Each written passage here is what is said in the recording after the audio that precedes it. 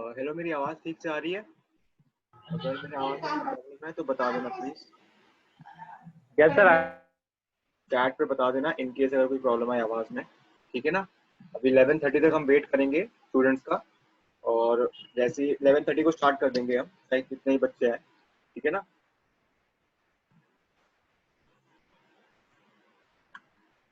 तो हम लोगों ने उस दिन यहाँ तक पढ़ा था steps for finding neutral axis. तो मैं वो लास्ट वाला टॉपिक फिर से बस रिवाइज कर देता हूँ 7 मिनट में, उसके बाद हम कर देंगे।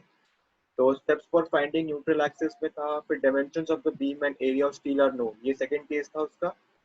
तो उसमें मोमेंट ऑफ कंप्रेसिव एरिया हमने निकाला था पहले, फिर मोमेंट ऑफ टेंशन एरिया, और इसमें हम इक्विवेलेंट एरिया की बात करते हैं। ठीक है ना? यहाँ पर जो बात हो रही है वो इक्विवेलेंट एरिया की बात हो रही है। एक मिनट।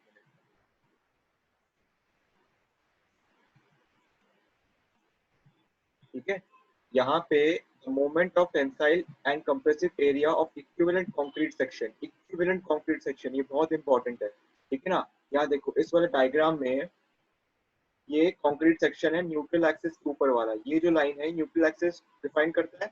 ठीक है, इस न्यूट्रल एक्सिस के ऊपर जो है वो कंक्रीट है, और इस न्यूट्रल एक्सिस के नीचे का कंक्रीट हम इग्नोर करते हैं, इसलिए वाइट स्पेस है यहाँ पे। और ये MAST क्या है?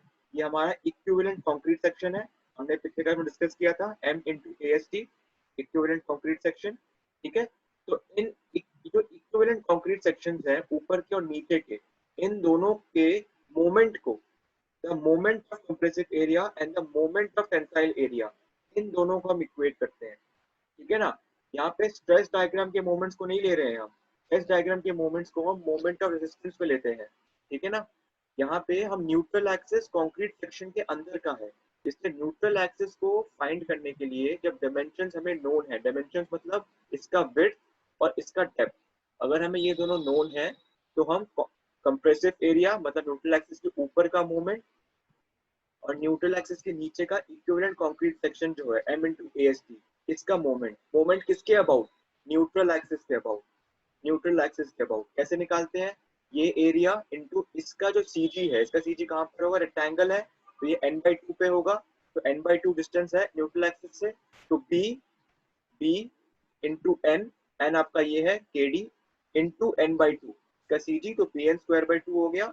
और मोमेंट ऑफ टेंसाइल एरिया क्या होगा? MAST। इसका सेंटर कहाँ का डिस्टेंस कितना है?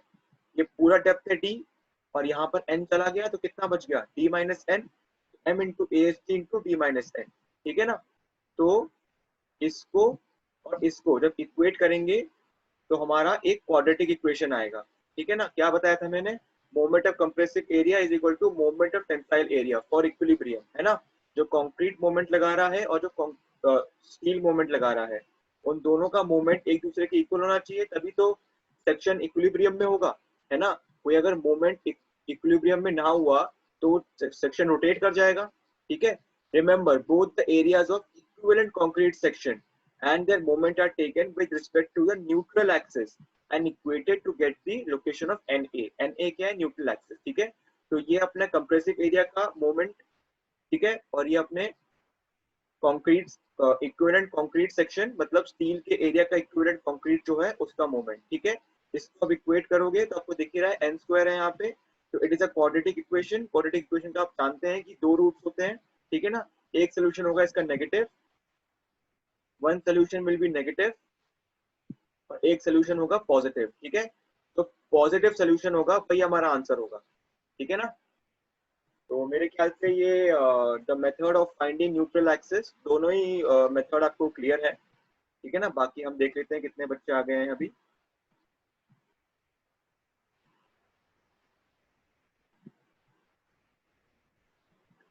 किसी का, एक मिनट, किसी का डाउट आया है चैट पे? क्लियर सर, ठीक है। चलिए, वॉल्यूम क्लियर है सबको, पार्टिसिपेंट 32 हो गए हैं। चलिए अब CE532 RCC डिजाइन क्लास 4, ठीक है, आज का डेट लिखा हुआ है यहाँ पे। तो क्लास 3 का PDF मैं शेयर नहीं कर पाया था, तो क्लास 3 और क्लास 4 दोनों का PDF एक साथ शेयर कर दूंगा मैं। ठीक है ना? तो ये, तो हम थोड़ा वेट कर लेते हैं और पार्टिसिपेंट्स के आने का। ठीक है ना? बाकी मेरे ख्याल से आप सभी के पास IS कोड है। ठीक है ना? IS कोड का पेज नंबर 80 निकाल के रखिएगा एनेक्चर बी वो WSM का है, ठीक है ना। तो जो भी कुछ हम यहाँ डिस्कस करेंगे रिगार्डिंग IS कोड वो हमारा IS कोड का ही फॉलो होगा सब कुछ, ठीक है। स्ट्रेच डायग्राम वगैरह उसमें नहीं है, तो स्ट्रेच डायग्राम वगैरह आप समझ लेना अच्छे से यहाँ पे, ठीक है ना। मोमेंट ऑफ रेसिस्टेंस बहुत इंपॉर्टेंट कॉन्सेप्ट है, ठीक है ना। ये सेम कॉन्सेप्ट LSM में भी यूज होगा, तो इसलिए आज का क्लास बहुत इंपॉर्टेंट है, ठीक है ना। तो सब लोग ध्यान से पढ़ना। चलो पार्टिसिपेंट्स 40 हो गए हैं, बस 45 हो जाए तो फिर हम स्टार्ट कर देंगे आज का, ठीक है। और बाकी कोई भी डाउट वाउट है चैट पे पूछते रहना, और असाइनमेंट सबमिट कर देना टाइम से, ठीक है। काफी लोगों ने कर दिया है, आज मैंने अराउंड 7-8 लोगों का देखा था जिनने कर दिया है, ठीक है ना।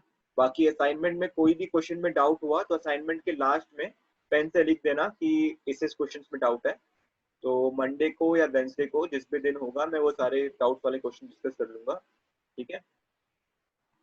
चलिए 45 हो गए पार्टिसिपेंट्स, तो हम शुरू करते हैं आज की क्लास, ठीक है ना। चलिए क्लास 4 है आज। तो सबसे पहला टॉपिक क्या रह गया था हमारा, percentage of steel. Percentage of steel कुछ नहीं है, देखिए जैसे आपका परसेंटेज ऑफ, जैसे ये आपका कंक्रीट बीम है, ठीक है। यहाँ पे आपका ये स्टील है, टेंशन में स्टील लगा दिया, तो इसका टोटल एरिया क्या होगा AST, ठीक है। और ये इसका विड्थ है B, और ये इसका इफेक्टिव डेप्थ। इफेक्टिव डेप्थ क्या होता है, आपके कंक्रीट के टॉप मोस्ट कंप्रेस्ड फाइबर तक, ये टॉप मोस्ट कंप्रेस्ड फाइबर है से लेके स्टील के मिड पॉइंट तक, ठीक है। स्टील के एरिया के मिड पॉइंट तक ये हमारा होता है इफेक्टिव डेप्थ, ठीक है। तो परसेंटेज ऑफ स्टील होता है हमारा AST, ठीक है। ये एरिया ऑफ स्टील हो गया अपॉन BD, ठीक है। कैसे निकालते हैं वो न्यूमेरिकल में समझेंगे, ठीक है। बाकी किसी को डाउट आया मेरे ख्याल से, एक मिनट सर ऑटोकैड की क्लास नहीं है क्या? यार अमन रावत, ऑटोकैड की क्लास यार मैं नहीं लेता हूँ, अब नीतीश सर लेते हैं, तो ऑटोकैड की क्लास अभी फिलहाल आपके हफ्ते में एक ही होगी, ठीक है ना। मैं RCC के सिलेबस ज्यादा है इसलिए हफ्ते में 3 बार RCC की क्लास होगी, ठीक है ना। ऑटोकैड की क्लास एक ही दिन होगी, बाकी अगर 2 क्लास रखनी पड़े तो हम बाद में रख लेंगे ऑटोकैड, ठीक है ना। चलिए, तो परसेंटेज ऑफ स्टील मैंने आपको मोटा मोटा समझा दिया है, अब देखते हैं कि ये स्लाइड क्या बोलता है, ठीक है। The percentage of steel in RCC sections means the area of steel expressed as the percentage of total area of concrete, ठीक है ना। Percentage of steel AST expressed as the percentage of total area of concrete, ठीक है ना। चलिए, from equation A in previous 57th slide, ठीक है। 57th slide में क्या पढ़ा था हमने,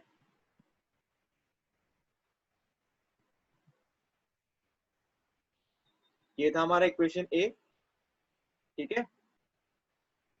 ये था हमारा equation A, bn²/2 is equal to MAST into D minus N, ठीक है।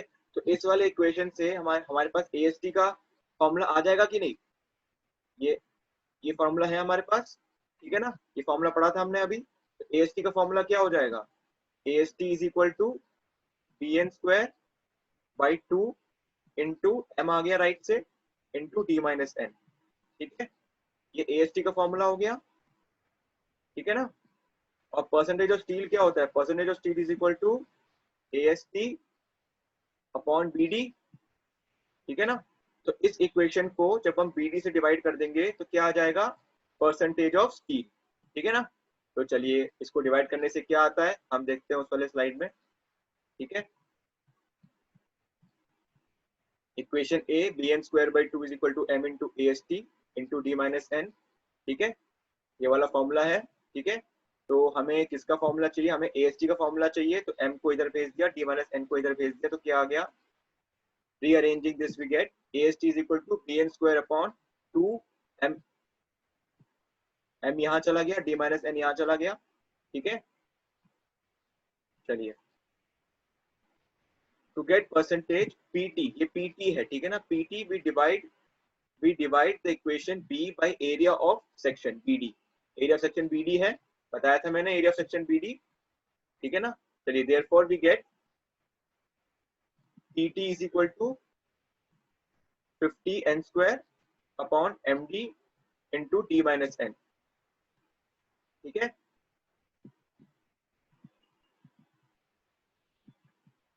ठीक है ना, कैसे आया ये देखिए, AST हमें परसेंटेज चाहिए ना, तो AST बाई BD तो क्या हो गया, प्रोपोर्शन हो गया, इनटू 100 भी करेंगे, ठीक है ना। AST का फॉर्मूला क्या था, B N square upon 2m into D minus N, ठीक है। और इसको डिवाइड कर देंगे बी डी से, एरिया ऑफ कॉन्क्रीट इंटू कर देंगे 100, ठीक है ना। तो 2 से ये बन गया 50, बी से कट गया बी, तो ये क्या बन गया 50n square upon m D, B तो कट चुका है, इंटू डी माइनस एन, ठीक है। तो ये समझ में आ ही गया होगा आपको, ठीक है ना। एक मिनट, चैट पे किसी का डाउट है। Sir today we don't have our AutoCAD class. हाँ यार, ऑटोकैड क्लास नहीं है यार, ठीक है ना। फिलहाल के लिए अभी ऑटोकैड क्लास आपके हफ्ते में एक ही बार होगी, ठीक है ना। हाँ, आज वो टाइम टेबल है, फेरबदल हुआ है यार, आरसीसी का थोड़ा स्लो चल रहा था सिलेबस, इसलिए आरसीसी का एक्स्ट्रा क्लास कराया गया है फ्राइडे को, ठीक है ना। बाकी हम ट्राई करेंगे हर वीक 3 क्लास आरसीसी, और अगर 2 क्लास ऑटोकैड की जरूरत पड़ी तो कराएंगे, वरना अभी के लिए 1 क्लास होगी ऑटोकैड की, ठीक है ना। और n is equal to K D, ये n is equal to K D तो पता ही है आपको, जो हमने प्रीवियस क्लास से पढ़ा था। n is equal to K D, K D क्या है, न्यूट्रल एक्सिस डेप्थ फैक्टर, ठीक है। ये क्या था हमारा, m sigma CBC upon sigma S T plus m sigma CBC, यही था ना, ठीक है ना। तो ये फैक्टर हमारा यहाँ पर आ गया, n is equal to K D तो होता ही है, ठीक है ना। तो सबसे k के टर्म में क्या आ गया 50 k square upon m into 1 minus के, ठीक है ना। ये हमारा क्या था, m sigma CBC upon sigma S T plus m sigma CBC, ठीक है ना। और हमें पता है कि m क्या होता है, m होता है 280 अपॉन 3 सिग्मा सीबीसी, ठीक है ना। तो m की वैल्यू अगर यहाँ डाल दोगे तो k क्या बन जाएगा बताओ, 280 by 3 upon sigma S T plus 280 by 3। तो k किस पे डिपेंडेंट है, k सिर्फ और सिर्फ सिग्मा एस टी पे डिपेंडेंट है, ठीक है ना। यहाँ से हमें लग रहा है कि सिग्मा सीबीसी पे भी डिपेंडेंट है, पर अगर आप m की वैल्यू डाल दे, सिग्मा सीबीसी एलिमिनेट हो गया, सिग्मा सीबीसी ये वाला और ये वाला कट जाएगा, तो 280 by 3 upon sigma S T plus 280 by 3, ठीक है ना। तो k सिर्फ और सिर्फ सिग्मा एस टी पे डिपेंडेंट होता है, ठीक है ना। ऐसा ही एक फैक्टर आपका एलएसएम में भी आता है, उसमें भी k सिर्फ और सिर्फ आपका स्टील के परमिसिबल स्ट्रेस पे डिपेंडेंट करता है। m की वैल्यू क्या है, मैंने बताया ना अभी, modular ratio 280 by 3 sigma CBC, आपका एनेक्चर बी में देखिए, ठीक है। हाँ यार, अभी हम टाइम टेबल शेयर कर देंगे एडवांस में, ठीक है ना। अभी थोड़ा सा बस फेरबदल करनी पड़ी, वरना अभी से आपका टाइम टेबल मोर और लेस आपका वही होगा, फिक्स होगा, ठीक है ना। चलिए, परसेंटेज स्टील हो गया। अब इसके बाद लीवर आर्म। लीवर आर्म क्या होता है, लीवर आर्म कुछ नहीं यार, देखो आपका जो मूवमेंट लगाएगा फोर्स, ये लगाएगा फोर्स, ठीक है। और समझ लो यहाँ पे फोर्स लगा रहा है, ठीक है। तो ये आपका आर डिस्टेंस हो गया, तो ये मिलाकर क्या बनेगा F into R. F into R क्या होगा, मोमेंट, मोमेंट या टॉर्क, मोमेंट समझ लीजिए आप यहाँ पे, ठीक है। टॉर्क तो अलग चीज होती है, मोमेंट। इसलिए हमें ये जो आर है ये हमारा है लीवर आर्म, ठीक है ना, लीवर आर्म, ठीक है। अभी कैसे निकालते हैं, किसके कहाँ से डिस्टेंस निकालते हैं वो समझते हैं, ठीक है। Lever arm is a distance between the resultant compressive force and the resultant tension force. Resultant compressive force बोला है, ठीक है ना। कंक्रीट सेक्शन की बात नहीं हो रही है, रिजल्टेंट कंप्रेसिव फोर्स की बात हो रही है, एंड रिजल्टेंट टेंसाइल फोर्स, ठीक है ना। ये जो हम स्ट्रेस डायग्राम बनाते थे, इसमें ये सीबीसी होता था, ठीक है। और ये हमारा होता था sigma S T by M, ठीक है ना। और ये हमारा डिस्टेंस क्या होता था, neutral axis is equal to K D, है ना। और ये पोर डिस्टेंस क्या होता था, ई इफेक्टिव डेप्थ। और ये डिस्टेंस क्या होता था, ये हमारा न्यूट्रल एक्सिस है, ठीक है ना। ये डिस्टेंस क्या होता था, डी माइनस एन, है ना। तो ये जब इसका एरिया निकालोगे आप, तो इससे आएगा कंप्रेसिव फोर्स, क्या आएगा, कंप्रेसिव फोर्स, ठीक है। और जब इसको आप एरिया से मल्टीप्लाई करोगे, एएसटी से, एरिया ऑफ स्टील से मल्टीप्लाई करोगे, तो क्या आएगा आपका टेंशन फोर्स, ठीक है। तो इन दोनों के बीच का जो डिस्टेंस है, ठीक है ना, इन दोनों के बीच का, इसके सेंट्रोइड का, इसका सेंट्रोइड और इसका सेंट्रोइड तो यहीं पर है, इनके बीच का जो डिस्टेंस है ये हमारा कहलाएगा एल ए। एल ए मतलब कुछ नहीं, लीवर आर्म, ठीक है ना। ये हमारा लीवर आर्म कहलाएगा, ठीक है। इसका सेंट्रोइड कहाँ पर एग्जिस्ट करेगा बताओ, ये ट्राइंगल है ना, और ट्राइंगल के बेस से उसका सीजी कहाँ पर होता है, n/3 पे, है ना। इसका हाइट कितना है, इसका हाइट n है, तो बेस से इसका CG कितना दूर होगा ट्रायंगल का, n/3। तो ये लीवर आर्म कितना हो गया, T माइनस ऊपर से n/3 काट लो, तो ये आपका लीवर आर्म हो गया, ठीक है ना। चलिए इस ड्राइंग में समझ में आ नहीं रहा होगा, अभी आपके अच्छे अच्छे फिगर्स आएंगे तो उससे समझ में आएगा क्या है, ठीक है ना। किसी का डाउट आ रहा है यार, एक मिनट पूछो यार, डाउट क्या पूछ रहे हो सर। के is critical neutral axis depth factor, हाँ बिल्कुल सही यार, ठीक है। क्रिटिकल एक्सिस डेप्थ फैक्टर वो कैसे यूज करते हैं वो आप समझेंगे अभी, ठीक है ना। चलिए डिनोटेड बाई ए, ठीक है ना, denoted by A, lever arm is denoted by A, ठीक है ना। चलिए अब हम देखते हैं नेक्स्ट क्या बोल रहा है ये, ठीक है। ये देखिए ये डायग्राम बनाया था मैंने, ये डायग्राम बनाया था मैंने रफ में बनाया था, अब ये आपका ज्यादा अच्छे से डायग्राम है, ठीक है। सिग्मा CBC कंक्रीट का परमिसिबल स्ट्रेस, और ये सिग्मा ST स्टील का परमिसिबल स्ट्रेस इनटू उसका एरिया AST, है ना। तो ये क्या हो गया टोटल, ये टोटल मिला के क्या हो गया, ये टोटल मिला के क्या हो गया, टेंसाइल फोर्स, ठीक है, टेंसाइल फोर्स। और ये देखिए सिग्मा CBC स्ट्रेस है, इसका एरिया कैसे निकालोगे, ट्राइंगल है ना ये, तो हाफ इंटू बी इसका विड्थ, बी विड्थ है ना। देखिए ऐसे है ना, आपका कंक्रीट बीम जा रहा है, ठीक है ना। तो आपका जो स्ट्रेस है वो कुछ ऐसा है, ठीक है ना। यहाँ पर सिग्मा CBC 3D बना रहा हूँ मैं, ठीक है ना, यहाँ सिग्मा CBC है, ठीक है ना। और ये जो नीचे वाला कंक्रीट सेक्शन है ये आपका स्टील है यहाँ पे, ठीक है ना, ठीक है। तो ये सिग्मा CBC है और ये न्यूट्रल एक्सिस है आपका, तो ये डिस्टेंस जो है वो n है, ठीक है ना। और ये आपका क्या है, b विड्थ। तो ये पूरा एरिया कैसे निकलेगा, half into n into B, और स्ट्रेस क्या है ऊपर, सिग्मा CBC, ठीक है। तो स्ट्रेस इंटू एरिया क्या होता है, फोर्स।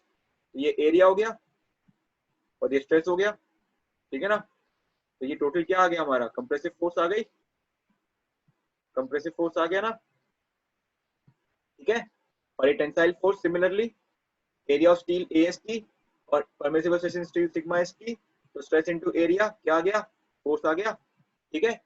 तो lever arm is the distance between resultant compressive force, ठीक है। तो ये कंप्रेसिव फोर्स तो ये है, ये लगेगा कहां पर, ये कोई भी फोर्स हो, एक सेकंड किसी का डाउट आ रहा है, एक मिनट यार, क्या डाउट पूछ रहे हो बताओ।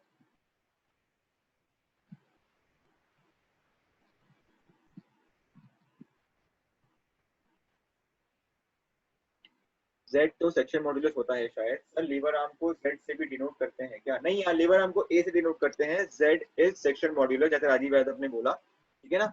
A से डिनोट या किसी से भी कर लो यार, आप बस पेपर में बता देना कि आपने ये सिंबल किसके लिए यूज किया है, ठीक है ना। डिनोट तो किसी भी सिंबल से कर लो, मैं A से कर रहा हूँ यहाँ पे, ठीक है ना। अब देखो इस ये कंप्रेसिव फोर्स है आपका, ये कंप्रेसिव फोर्स कहाँ पे लगेगा, CG पे, और ये ट्रायंगुलर है, तो ट्रायंगुलर का CG बेस से मतलब टॉप, ये टॉप है आपका, ये टॉप है आपका बीम का, तो यहाँ से कितना डिस्टेंस होगा CG का, n/3। इस ट्रायंगल का हाइट क्या है, n है, न्यूट्रल एक्सिस है ये आपका, ठीक है ना, n/3 पे है। तो ये ठीक है, तो ये कहाँ पर लगेगा, n/3 फ्रॉम द टॉप, ठीक है ना। तो ये इसका CG हो गया कंप्रेसिव फोर्स का, और टेंशन फ्लो का CG तो है ही है, तो इन दोनों के बीच में डिस्टेंस कितना हो गया, T माइनस n/3, है कि नहीं। ये पूरा T है और ऊपर से ये n/3 है, तो ये डिस्टेंस कितना हो जाएगा, T माइनस n/3, ठीक है ना। चलिए इस फिगर को देखिए ध्यान से आप, जो भी समझाया मैंने उसको दिमाग में थोड़ा रिवाइंड कीजिए। क्या है डाउट यार, प्रिंस राज बताओ, लास्ट लेक्चर में एक काम करते हैं यार, ये मैं टॉपिक समझा देता हूँ मोमेंट ऑफ रेजिस्टेंस, उसके बाद आपका ये डाउट क्लियर करते हैं लास्ट लेक्चर का, ठीक है ना। चलिए ये फिगर को देखिए सब लोग यार, इस फिगर को समझाया मैंने अभी जितना मैंने वर्कआउट किया है यहाँ पे, ठीक है ना। और ये फिगर मेरे ख्याल से को क्लियर है, ये फिगर बहुत इंपॉर्टेंट है, ठीक है ना यार, ये फिगर बहुत इंपॉर्टेंट है, मोमेंट ऑफ रेजिस्टेंस के लिए निकालने के लिए ये फिगर बहुत इंपॉर्टेंट है, ठीक है ना। ये फिगर याद होनी चाहिए, ठीक है ना। ये सिग्मा CBC है, ये न्यूट्रल एक्सिस का डेप्थ है, और ये आपका टेंशन फोर्स का लोकेशन है, ठीक है ना। चलिए तो समझते हैं लीवर आर्म कैसे निकालते हैं? As the compressive area is triangular, the resultant compressive force C will act at n/3 from the top compressive fiber। ये मैंने कहा था n/3 पे काम करेगा, ठीक है ना, n/3 पे काम करेगा। चलिए, the resultant tensile force will act at the centroid of the steel reinforcement, यही कहा था मैंने कि ये स्टील reinforcement के सेंट्रोइड पे काम करेगा, ठीक है ना, और ये कंप्रेसिव एरिया के सेंट्रोइड पे काम करेगा, ठीक है ना। चलिए, therefore the lever arm will be A is equal to D minus n/3, ठीक है ना।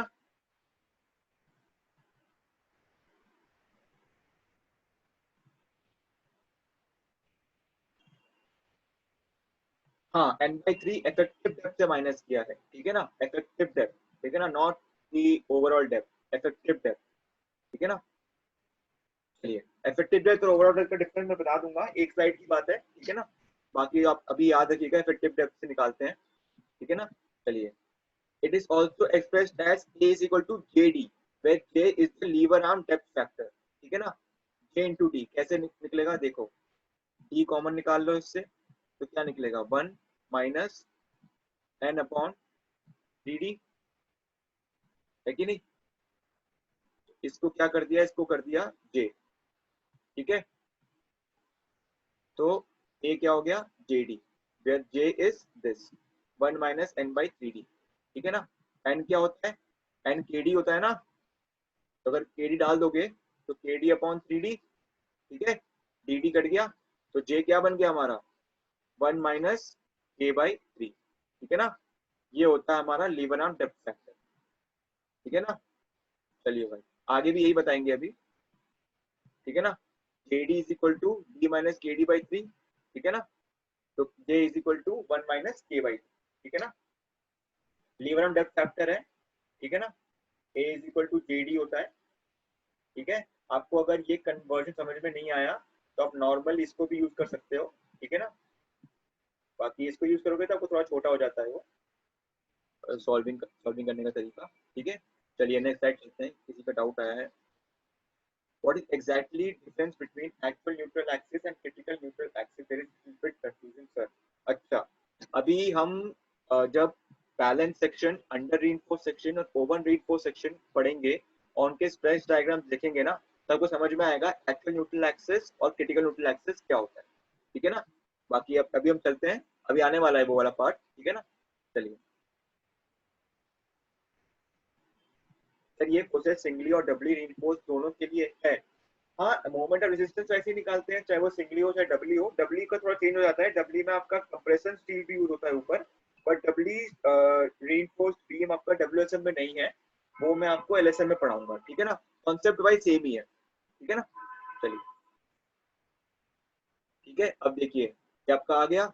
अभी तक हम यहाँ तक पहुंच चुके हैं, ये स्ट्रेस डायग्राम समझ चुके हैं हम, सिग्मा सीजी समझ चुके हैं, न्यूट्रल एक्सिस का डेप्थ, ये n/3 में सीजी, ये आपका कंप्रेसिव फोर्स, ठीक है ना, ये आपका lever arm A is equal to D minus n/3, और आपका टेंशन रीइंफोर्समेंट से जो आपका टेंसाइल फोर्स लग रहा है, ठीक है।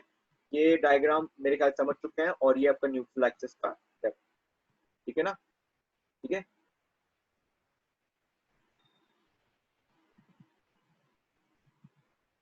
न्यूट्रल, देखिए क्रिटिकल न्यूट्रल एक्सिस वो न्यूट्रल एक्सिस है जब आपका कंक्रीट और स्टील साइमल्टेनियसली अपना परमिसिबल स्ट्रेस को रीच करे, ठीक है ना, एक साथ फेल करे, वो होता है क्रिटिकल न्यूट्रल एक्सिस, ठीक है ना। अभी मैं आपको और डिटेल में समझाऊंगा जब उसका हम स्ट्रेस डायग्राम देखेंगे, ठीक है ना।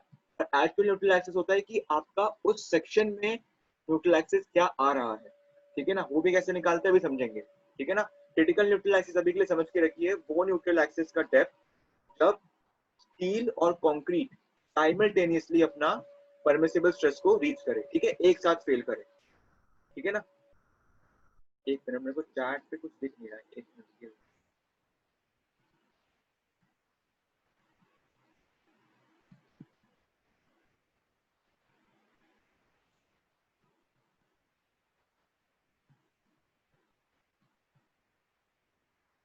ठीक है,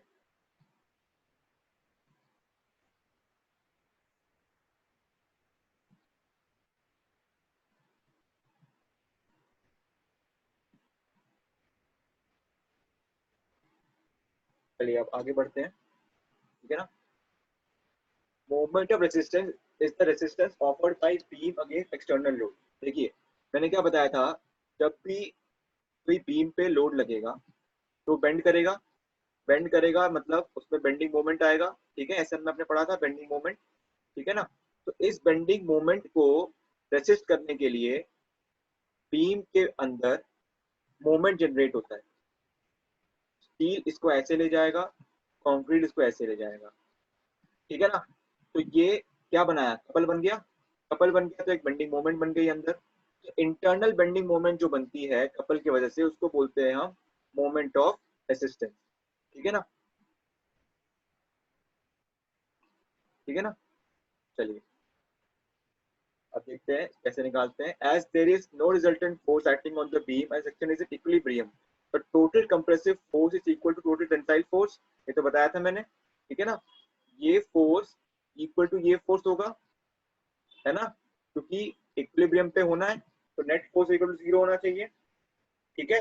these two forces equal and opposite separated by a distance. A distance क्या है, लीवर आर्म, है ना, लीवर आर्म ही तो है वो distance, will form a couple and the moment of this couple is equal to the resisting moment or moment of resistance of the section, ठीक है। तो ये mr जो है मोमेंट ऑफ रेसिस्टेंस, ये इसके और इसके वजह से और इनके बीच का जो लीवर आर्म है इन तीनों के कॉम्बिनेशन से बनता है, ठीक है ना। चलिए एक मिनट,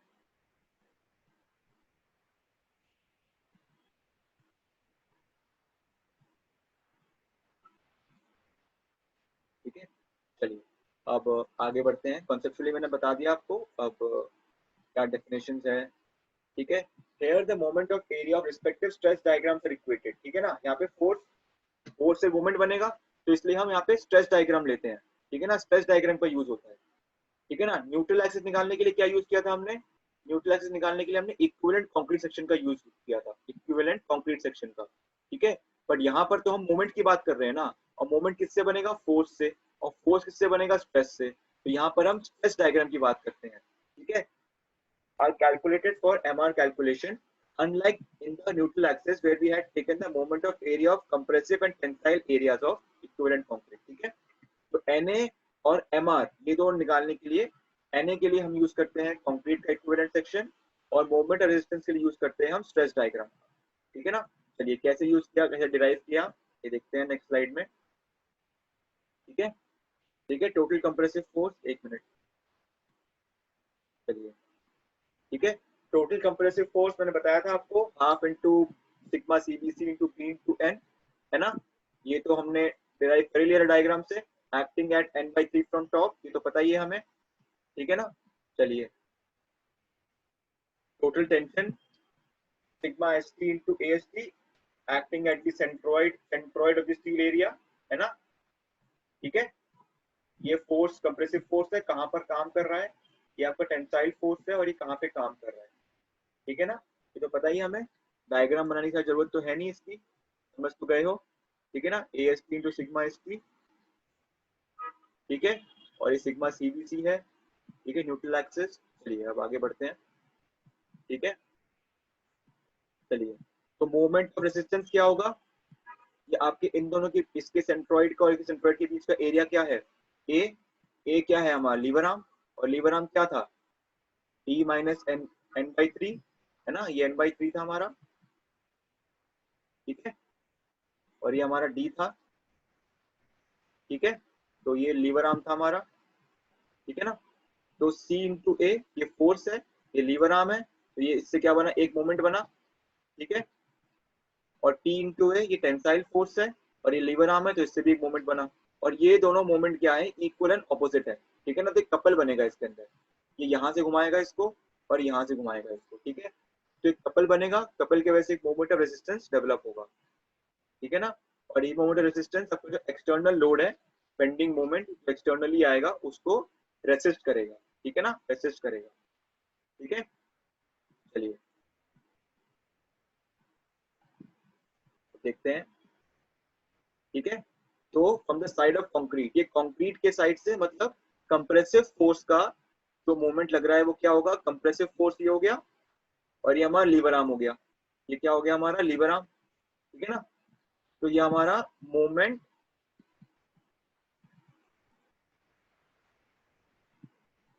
चलिए हमारा 40 मिनट एक्सटेंड हो गया ये, ठीक है ना। तो हमें एक और सेशन की जरूरत नहीं पड़ेगी, चलता रहेगा मोमेंट बाय कंप्रेसिव फोर्स, ठीक है। सर मींस एमआर में बेंडिंग मोमेंट अपने परमिसिबल वैल्यू पर पहुंचेगा। परमिसिबल वैल्यूज पे वो क्रिटिकल न्यूट्रल एक्सिस अगर होगा तभी पहुंचेगा। कौन सा मटेरियल परमिसिबल वैल्यू तक पहुंच रहा है वो डिपेंड करेगा कि अंडर रीइंफोर्स की ओवर रीइंफोर्स, ठीक है ना। तो ये वाला 3 मिनट में समझाता हूँ नेक्स्ट सेशन में, नेक्स्ट स्लाइड में, ठीक है ना। बाकी अभी मोमेंट रेजिस्टेंस समझते हैं, ठीक है ना। तो ये आपका हो गया मोमेंट फ्रॉम कंप्रेशन साइड, ठीक है ना। अब टेंशन साइड से कैसे निकालेंगे,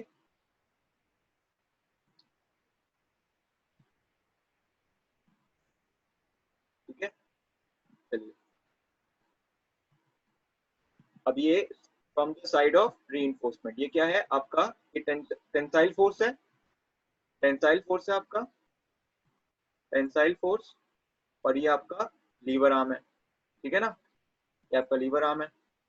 तो ये वाला पार्ट क्या हो गया, ये है moment of resistance by tensile force. Tensile force कहां पर है, स्टील में, ठीक है ना, ठीक है। और कंक्रीट को इक्विलिब्रियम में होने के लिए ये दोनों इक्वल होने चाहिए, ठीक है ना। इसलिए मोमेंट ऑफ रेसिस्टेंस हमें इस फॉर्मूले से निकालना है, इस फॉर्मूले से निकालना है, वो मैं समझाऊंगा आपको कैसे यूज करते हैं, ठीक है ना। उसी में हम समझेंगे ओवर रीइंफोर्स्ड, बैलेंस्ड और अंडर रीइंफोर्स्ड सेक्शन, ठीक है।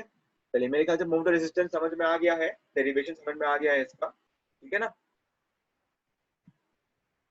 स्पेस को, कौन सा स्पेस यार, अगर स्पेस को क्लास से रिमूव करो, स्पेस कोई बंदा है क्या यार, कोई नहीं यार, ठीक है जो भी है रहने दो उसको यार, ठीक है। चलिए हम चलते हैं। बाकी मोमेंट ऑफ रेजिस्टेंस मेरे ख्याल से मोमेंट ऑफ रेजिस्टेंस समझ में आ गया है आपको। अगर स्ट्रेस डायग्राम याद है तो स्ट्रेस डायग्राम से मोमेंट ऑफ रेजिस्टेंस अपने आप समझ में आ जाएगा, ठीक है ना। चलिए अब आगे बढ़ते हैं, ठीक है। Putting N into N is equal to K D, K D तो होता ही है हमारा, ठीक है। तो half into sigma CBC into P, यहाँ पर एन था तो एन की जगह हमारा आ गया के डी, और डी माइनस एन बाई 3 था तो एन की जगह भी हमारा आ गया के डी, ठीक है ना। तो हाफ सिग्मा सीबीसी इंटू के, ठीक है। डी को हमने यहाँ से बाहर निकाल लिया कॉमन, तो डी इंटू ये वाला डी क्या हो जाएगा, डी स्क्वायर, ये बी डी स्क्वायर हो गया, ठीक है। और ये के, और ये 1 - k/3 क्या था, 1 - k/3 क्या था, ये हमारा के था ना, इफेक्टिव डेप्थ फैक्टर, ठीक है ना। तो moment of resistance in terms of के एंड जे क्या हो गया, हाफ सिग्मा सीबीसी के into J into B D square. यहाँ पे के क्या है, 280/3 upon sigma H T plus 280/3, ठीक है ना। और यहाँ जे क्या है, 1 - k/3, ठीक है ना। तो पहले आपने के निकाला, के से आप निकालोगे जे, ठीक है। और इसको पुट कर दोगे, बी और डी आपका गिवन रहेगा क्वेश्चन में, ठीक है। या फिर ओवरऑल डेप्थ गिवन है तो डी निकाल लोगे आप। तो उससे moment of resistance from concrete side, ये फ्रॉम कंक्रीट साइड है, ठीक है ना, फ्रॉम कंक्रीट साइड, या फिर कंप्रेसिव स्ट्रेसेस जो मोमेंट ऑफ रेसिस्टेंस क्रिएट कर रही है, ठीक है ना। चलिए ठीक है, आर बी डी स्क्वायर, इसको अब इसको और सिंप्लीफाई कर दिया, इसको आर बी डी स्क्वायर बोल दिया, तो आर क्या हो गया, हाफ इंटू सिग्मा सीबीसी के इंटू जे, ठीक है ना। ये जो चीज है ये हमारा रेसिस्टिंग मोमेंट फैक्टर है, ठीक है ना। अगर आपको इतने फैक्टर्स याद नहीं रहे तो आप अपना जो ओरिजिनल फॉर्मूला है इसको यूज कर लेना, कोई दिक्कत नहीं है, ठीक है। वरना शॉर्ट करने के लिए आप इसको यूज कर सकते हो, ठीक है। आपका रेसिस्टिंग मोमेंट फैक्टर है, ठीक है ना, R B D square. R क्या है, half into sigma CBC into K into J. J का फॉर्मूला पता है हमें, के का फॉर्मूला पता है हमें, सिग्मा सीबीसी भी पता है हमें, ठीक है ना। तो ये मेरे ख्याल से final equation of moment resistance जो है ये सब लोग समझ चुके हैं, ठीक है ना। चलिए किसी को अगर डाउट है तो, मेरे को एक्चुअली चैट पे यार कुछ दिख नहीं पा रहा है, पता नहीं, कोई कुछ बोलो यार, आवाज ठीक आ रही है ना मेरी, मेरे चैट पे शायद कुछ प्रॉब्लम आ रही है, अगर कोई कुछ बोले तो कुछ एक बार बोलना कोई। मोमेंट ऑफ रेसिस्टेंस सबको समझ में आ गया, ये क्लियर वॉइस, ठीक है, चलो समझ में आ गया सबको, ठीक है ना। मोमेंट ऑफ रेसिस्टेंस सबसे इंपॉर्टेंट पार्ट है डब्ल्यूएसएम का, ये हम कंप्लीट कर चुके हैं, ठीक है ना। अब मोमेंट ऑफ रेसिस्टेंस हमें टेंशन साइड से निकालना है या कंप्रेसिव साइड से निकालना है, ये डिपेंड करेगा हमारा वैल्यू ऑफ एन पे, ठीक है। अब वैल्यू ऑफ एन क्या है और क्रिटिकल न्यूट्रल एक्सिस क्या है, इन दोनों को कैसे कंपेयर करते हैं वो समझते हैं हम आगे जाके, ठीक है। चलिए, the value K, J and R are constant. K पता है हमें, के पता है, जे पता है, आर भी पता है हमें अभी तो, are constant for any given type of steel and concrete and do not depend upon the beam dimension, ठीक है ना। चलिए, तो अब के, जे, तो ये हमारे ये वैल्यूज हैं, ठीक है ना। ये आपका सिग्मा सीबीसी, सिग्मा, देखिए सिग्मा सीबीसी से क्या निकलेगा आपका मॉड्यूलर रेशियो, ठीक है ना। और के कैसे निकलेगा हमारा, ये हमारा निकलेगा 280/3 upon 280/3 plus sigma S T, ठीक है ना। उससे हमारा के निकलेगा, के से हमारा जे निकलेगा, जे से हमारा आर निकलेगा, ठीक है ना। तो ये तीन वैल्यूज इस पे डिपेंड, ये दो ये वैल्यू डिपेंड करेगा के पे और आर डिपेंड करेगा के और जे दोनों पे, ठीक है ना। और के किस पे डिपेंड करेगा, के डिपेंड करेगा मॉड्यूलर रेशियो पे, और ठीक है। और मॉड्यूलर रेशियो किससे निकालते हैं हम, सिग्मा सीबीसी से, ठीक है ना। चलिए, अब आगे बढ़ते हैं। ये आर, के और जे के values depending on the different sigma CBC और डिफरेंट सिग्मा एसटी के कॉम्बिनेशन से बनते हैं, ठीक है ना। पीटी मींस है टेंशन रीइंफोर्समेंट का परसेंटेज। मैंने पढ़ाया था ना आज की क्लास का पहला टॉपिक टेंशन, मैं आपको फिर से बता देता हूँ। PT is equal to A S T upon B width of beam D effective depth into 100, ठीक है ना। ये होता है PT, percentage of steel reinforcement, ठीक है। और पीटी क्यों है, क्योंकि ये टेंशन रीइंफोर्समेंट का परसेंटेज है, ठीक है। टेंशन रीइंफोर्समेंट का परसेंटेज है वो होता है पीटी, ठीक है ना, ठीक है। पीटी का फॉर्मूला देखा था हमने, पीटी का फॉर्मूला क्या था, 50 K square upon M upon 1 minus K, वही था पीटी। दैट मींस हमें सिर्फ सिग्मा स्टील याद रखना है फॉर के जे आर। हाँ बिल्कुल, वही उसी को याद रखना है, ठीक है ना। आर हमारा क्या है, half sigma CBC into K into J, ठीक है। और सिग्मा स्टील याद नहीं रखना आपको, आपको बस फैक्टर सेफ्टी पता है ना कि 1.78 होता है, तो आप उससे डिवाइड करोगे, आपका सेम बाय सेम 140 और ठीक, ठीक है। चलिए, अब चलते हैं हम आगे, ठीक है ना। मेरे ख्याल से के जे आर पी टी ये वैल्यूज तो पता चल चुकी है, ये हमने 4 नए वैल्यूज सीखे हैं आज, ठीक है ना। सिग्मा सी भी सिग्मा एच तो पता ही है, ठीक है ना। उससे हमारा मोमेंट ऑफ रेजिस्टेंस क्या होता है, आर बी डी स्क्वायर, इसमें आर क्या होता है, half sigma C B C into K into J, ठीक है ना। चलो यार, अब आगे बढ़ते हैं, ठीक है। चलिए, balance under reinforce and over reinforce section, ये आपको कॉन्सेप्ट बहुत ठीक से पता होना चाहिए, तभी आपको पता लगेगा मोमेंट ऑफ रेजिस्टेंस आपका कैसे निकलेगा, ठीक है ना। किस फॉर्मूले से, टेंशन वाले फॉर्मूले से, मतलब स्टील के साइड का मोमेंट ऑफ रेजिस्टेंस से निकलेगा, या फिर कंप्रेशन वाले फॉर्मूले से निकलेगा, ठीक है ना। चलिए, पहले हम सीखेंगे बैलेंस सेक्शन। बैलेंस सेक्शन वो होता है इसमें न्यूट्रल एक्सिस का डेप्थ होता है क्रिटिकल न्यूट्रल एक्सिस के बराबर, ठीक है ना। मतलब ऊपर कंक्रीट पहुंच गया सिग्मा सीबीसी तक, और आपका स्टील भी पहुंच गया सिग्मा एसटी तक, ठीक है ना। स्टील भी सिग्मा एसटी तक पहुंच गया और कंक्रीट भी सिग्मा सीबीसी तक पहुंच गया। साइमल्टेनियसली कंक्रीट भी और स्टील भी दोनों अपने परमिसिबल वैल्यूज को रीच कर चुके हैं, ठीक है ना। ठीक है, a balanced section is that in which the stress in concrete and steel reach their permissible values of stress at the same time, ठीक है, at the same time, ठीक है ना। चलो, the percentage of steel corresponding to this section is called balanced steel। ये percentage of steel पे depend क्यों कर रहा है बताओ। ये देखो, ये आपका कंक्रीट सेक्शन है, ये आपका स्टील है, ठीक है ना। ये आपका विड्थ है और ये आपका इफेक्टिव डेप्थ है, ठीक है ना।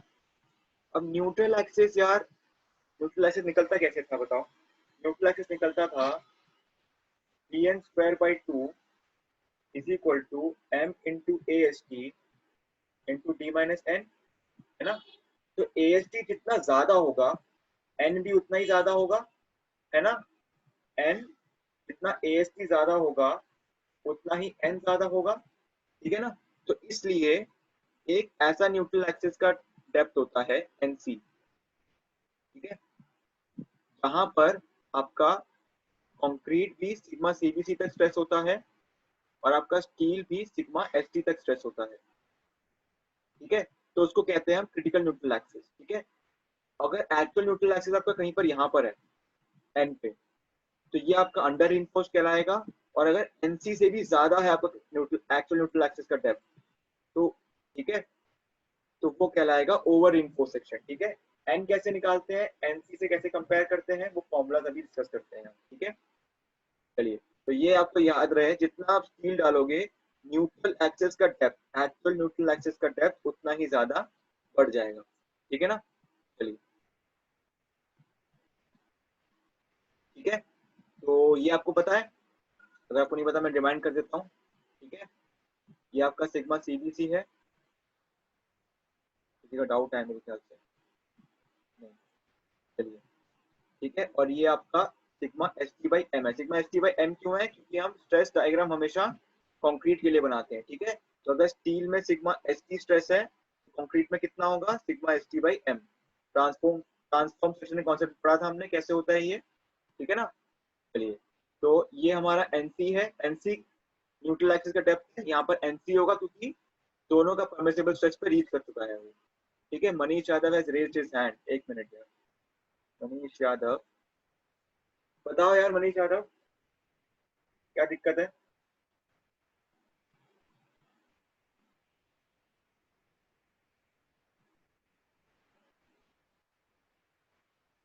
नो सर, कोई दिक्कत नहीं है, चलो ठीक है, ओके क्लियर है ना, ठीक है। चलिए, हम वापस चलते हैं, ठीक है। तो ये एनसी हो गया। अब देखिए हम, ठीक है, तो ये भी मान लीजिए एक ट्रायंगल ही है, ठीक है ना, कंक्रीट का। यहाँ पर क्या स्ट्रेस है कंक्रीट में, sigma H T by M. हम सिमिलर ट्रायंगल अप्रोच करते हैं, ठीक है। सिमिलर ट्रायंगल अप्रोच क्या होता था,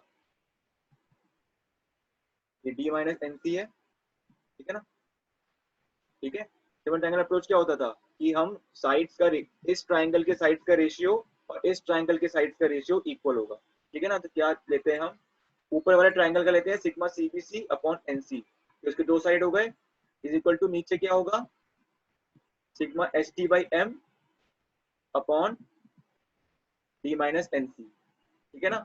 इसको रीअरेंज करोगे तो क्या आएगा, M sigma CBC upon sigma S T is equal to N C upon D minus N C, ठीक है ना। कोई बहुत वो नहीं है, आप मान लीजिए एम यहाँ पर नहीं है, एम यहाँ पर है, चला ऊपर ही जाएगा ये, ठीक है ना। सिग्मा सीबीसी कहाँ पर है, एन सी पे है, और sigma S T by M कहाँ पर है, डी माइनस एन सी पे है, ठीक है ना, ठीक है ना। ये न्यूट्रल एक्सिस से डिस्टेंस है इनका, ठीक है ना। तो ऐसे भी याद कर सकते हो इस वाले फॉर्मूले को, ठीक है ना। इस वाले फॉर्मूले से क्या निकलेगा हमारा, एनसी, ठीक है ना, एनसी निकलेगा इस वाले फॉर्मूले से, ठीक है ना। और एक फॉर्मूला बताइए, P N square by two is equal to M A S T into D minus N, बताइए हमें। तो इससे हमारा एन निकलेगा, एन यहाँ पर क्या होगा, एक्चुअल न्यूट्रल एक्सिस का डेप्थ, तो हमारा कंक्रीट सेक्शन में एक्चुअली है, ठीक है ना। और यहाँ से हमारा क्या निकलेगा, एनसी। एनसी और एन को हम कंपेयर करेंगे। तो जिसने पूछा था क्रिटिकल न्यूट्रल एक्सिस और एक्चुअल न्यूट्रल एक्सिस में क्या डिफरेंस है, मेरे ख्याल से उसको अब समझ में आ गया होगा, ठीक है। इस वाले फॉर्मूले से क्या निकलता है, एक्चुअल न्यूट्रल एक्सिस, और इस वाले से क्या निकलता है, क्रिटिकल न्यूट्रल एक्सिस, ठीक है। तो अगर NC is equal to N है, तो ये क्या होगा, बैलेंस सेक्शन, ठीक है ना। अगर एन लेस देन एनसी है, तो वो होगा अंडर रीइंफोर्स सेक्शन, और एन ग्रेटर देन एनसी है, तो वो होगा ओवर रीइंफोर्स सेक्शन, ठीक है। चलिए, अब क्या क्या ओवर इनफोर्स एनसी कैसे होता है, चलिए अब आगे बढ़ के देखते हैं, ठीक है ना। तो moment of resistance is calculated either from concrete और फ्रॉम स्टील, है कि नहीं। स्टील सिग्मा एच टी पहुंच गया, स्टील पहुंच गया सिग्मा एच टी, और कंक्रीट पहुंच गया सिग्मा सीबीसी। तो एम आर हम किसी फॉर्मूले से निकाल लेंगे, चाहे वो तुम कंक्रीट के फॉर्मूले से निकालो, चाहे तुम स्टील के फॉर्मूले से निकालो, ठीक है ना। तो बैलेंस सेक्शन में एमआर में हमारा दोनों फॉर्मूला लग जाता है, कंक्रीट का भी और स्टील का भी। और वो क्या फॉर्मूले थे, रिकॉल करते हैं, चलिए। ये आपका हो गया,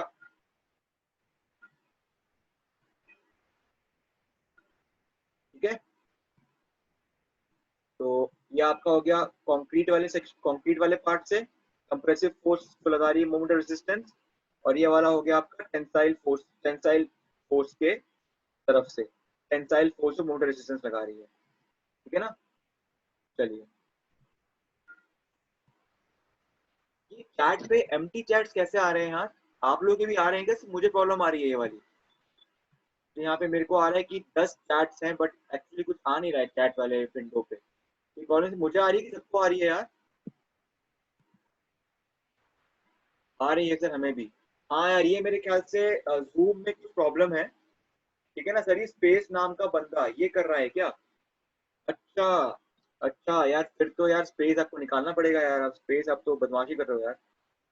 चलिए, आपको स्पेस आपको हम निकालते हैं फिर, क्योंकि आप पढ़ाई तो कर नहीं रहे हो। बट यार, ये स्पेस नाम का बंदा तो कोई है नहीं यार चैट पे। चलिए छोड़िए यार, आज के क्लास में थोड़ा ले लेते हैं इस वाले प्रॉब्लम को, ठीक है ना। बाकी जो भी बंदा है, नाम बता देना। विदाउट नेम है, ओहो विदाउट नेम है ये बंदा। काफी स्मार्ट है यार। एक मिनट रुको, मैं भी देखता हूँ विदाउट नेम कौन है यहाँ पे। ओहो, समझ गया मैं। अच्छा, तो यार भाई आपको तो निकालना पड़ेगा। इसका नाम अभिषेक आ रहा है यार।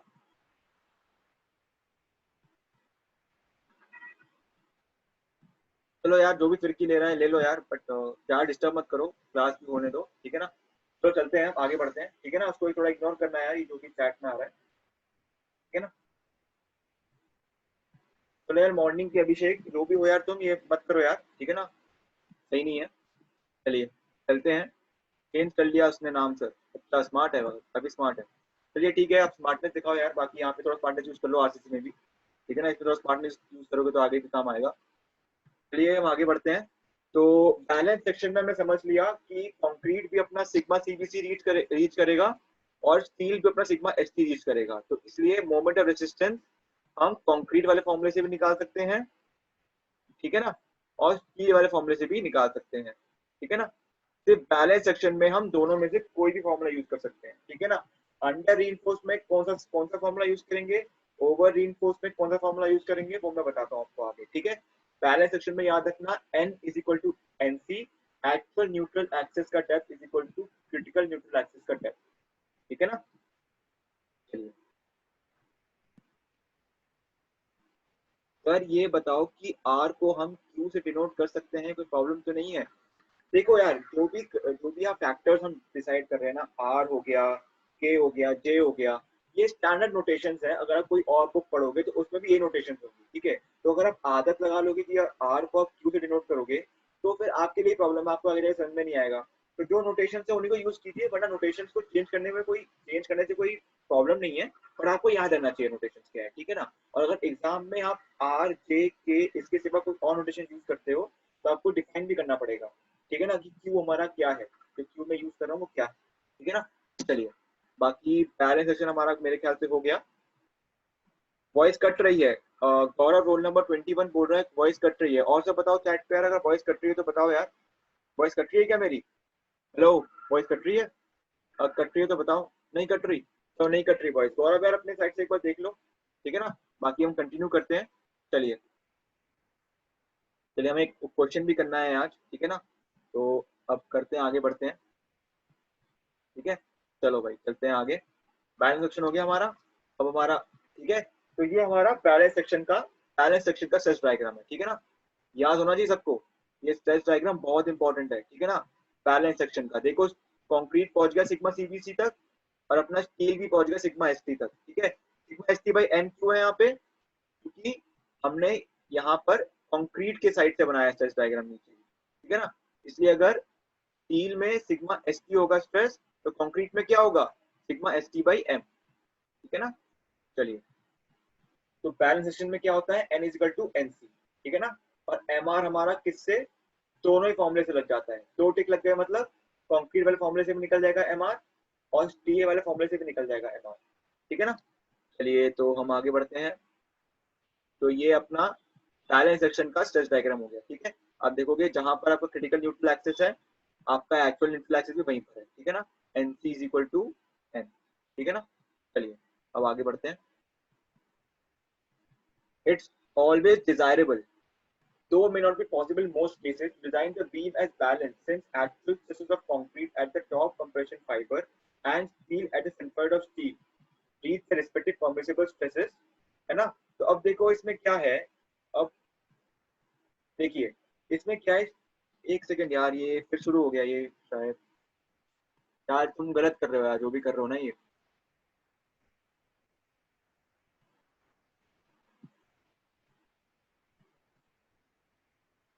ठीक है, चलिए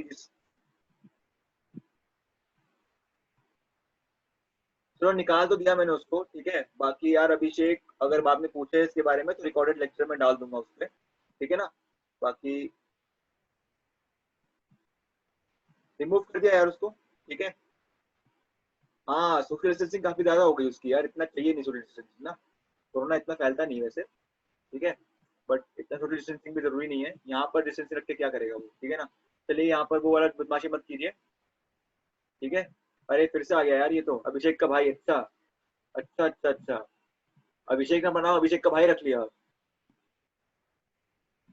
हाँ काफी यार, मतलब बताओ इतना ज्यादा स्मार्ट है ये। चलो करो यार जो भी करना है तुम्हें, ठीक है। बाकी मैं तुम्हें लास्ट बार रिमूव कर रहा हूँ, उसके बाद फिर से आ गया तो यार थोड़ा सा सह लो इसके प्रॉब्लम को, ठीक है ना। बार बार निकालता रहूंगा तो फिर टाइम वेस्ट होगा, ठीक है। चलिए बाकी इनेबल वेटिंग रूम कर दूं क्या? चलिए चलिए छोड़िए, शुरू करते हैं इसको, ठीक है। तो यहाँ पर देखो क्या है, स्टील भी सिग्मा सीबीसी तक पहुंच गया, और कंक्रीट भी सिग्मा सीबीसी तक पहुंच गया, और स्टील भी सिग्मा एसटी तक पहुंच गया, है ना। तो स्टील भी पूरा यूज हो गया, है ना। स्टील की क्षमता फॉर टेंशन पूरा यूज हो गया, और कंक्रीट की क्षमता फॉर कंप्रेशन पूरा यूज हो गया, है कि नहीं। तो ये सबसे इकोनॉमिकल सेक्शन होता है, मोस्ट इकोनॉमिकल सेक्शन होता है ये, क्योंकि कंक्रीट भी पूरा यूज हो गया, कंक्रीट पहुंच गया अपना लिमिट तक, है ना। और स्टील भी पहुंच गया अपना लिमिट तक, तो मोस्ट इकोनॉमिकल सेक्शन होता है ये, ठीक है। इकोनॉमिकल में सस्ता पड़ता है और क्या, तो इसलिए। अरे कोई नहीं अभिषेक ठुकराल, मैं समझ जाऊंगा यार, ठीक है ना। नाम से तो क्या होता है यार, ठीक है। चलिए मोस्ट इकोनॉमिकल सेक्शन होता है क्योंकि कंक्रीट पूरा यूज हो गया, सिग्मा सीबीसी तक पहुंच गया, और स्टील पूरा यूज हो गया, सिग्मा एसटी तक पहुंच गया, ठीक है ना। तो इसलिए मोस्ट इकोनॉमिकल सेक्शन होता है ये, ठीक है ना। इसलिए ट्राई करते हैं, ये आइडियल कंडीशन है बट यहाँ तक पहुंच नहीं पाते हैं। जनरली हम अंडर रीइंफोर्स सेक्शन डिजाइन करते हैं, अंडर रीइंफोर्स, ठीक है ना। क्यों करते हैं समझ आएगा अभी नेक्स्ट नेक्स्ट स्लाइड में, ठीक है ना। चलिए under reinforce section most important section है ये, ठीक है ना। क्योंकि अगर आप आगे जाके जब आप काम जॉब वॉब करोगे तो वहां पर भी डिजाइनिंग में सबसे ज्यादा अंडर रीइंफोर्स सेक्शन ही बनाया जाता है, ठीक है ना।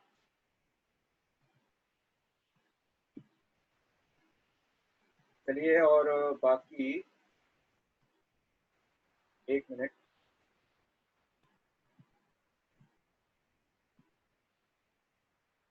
एक मिनट, हाँ मैं काम करता हूँ।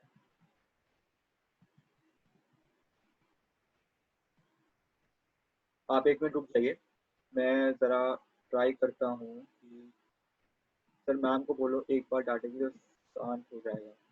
हाँ यार बट मैम को क्यों परेशान करें छोटी छोटी बात के लिए। जरा देखते हैं अगर यहाँ का वेटिंग रूम इनेबल हो जाए तो बढ़िया रहेगा, एक मिनट हाँ।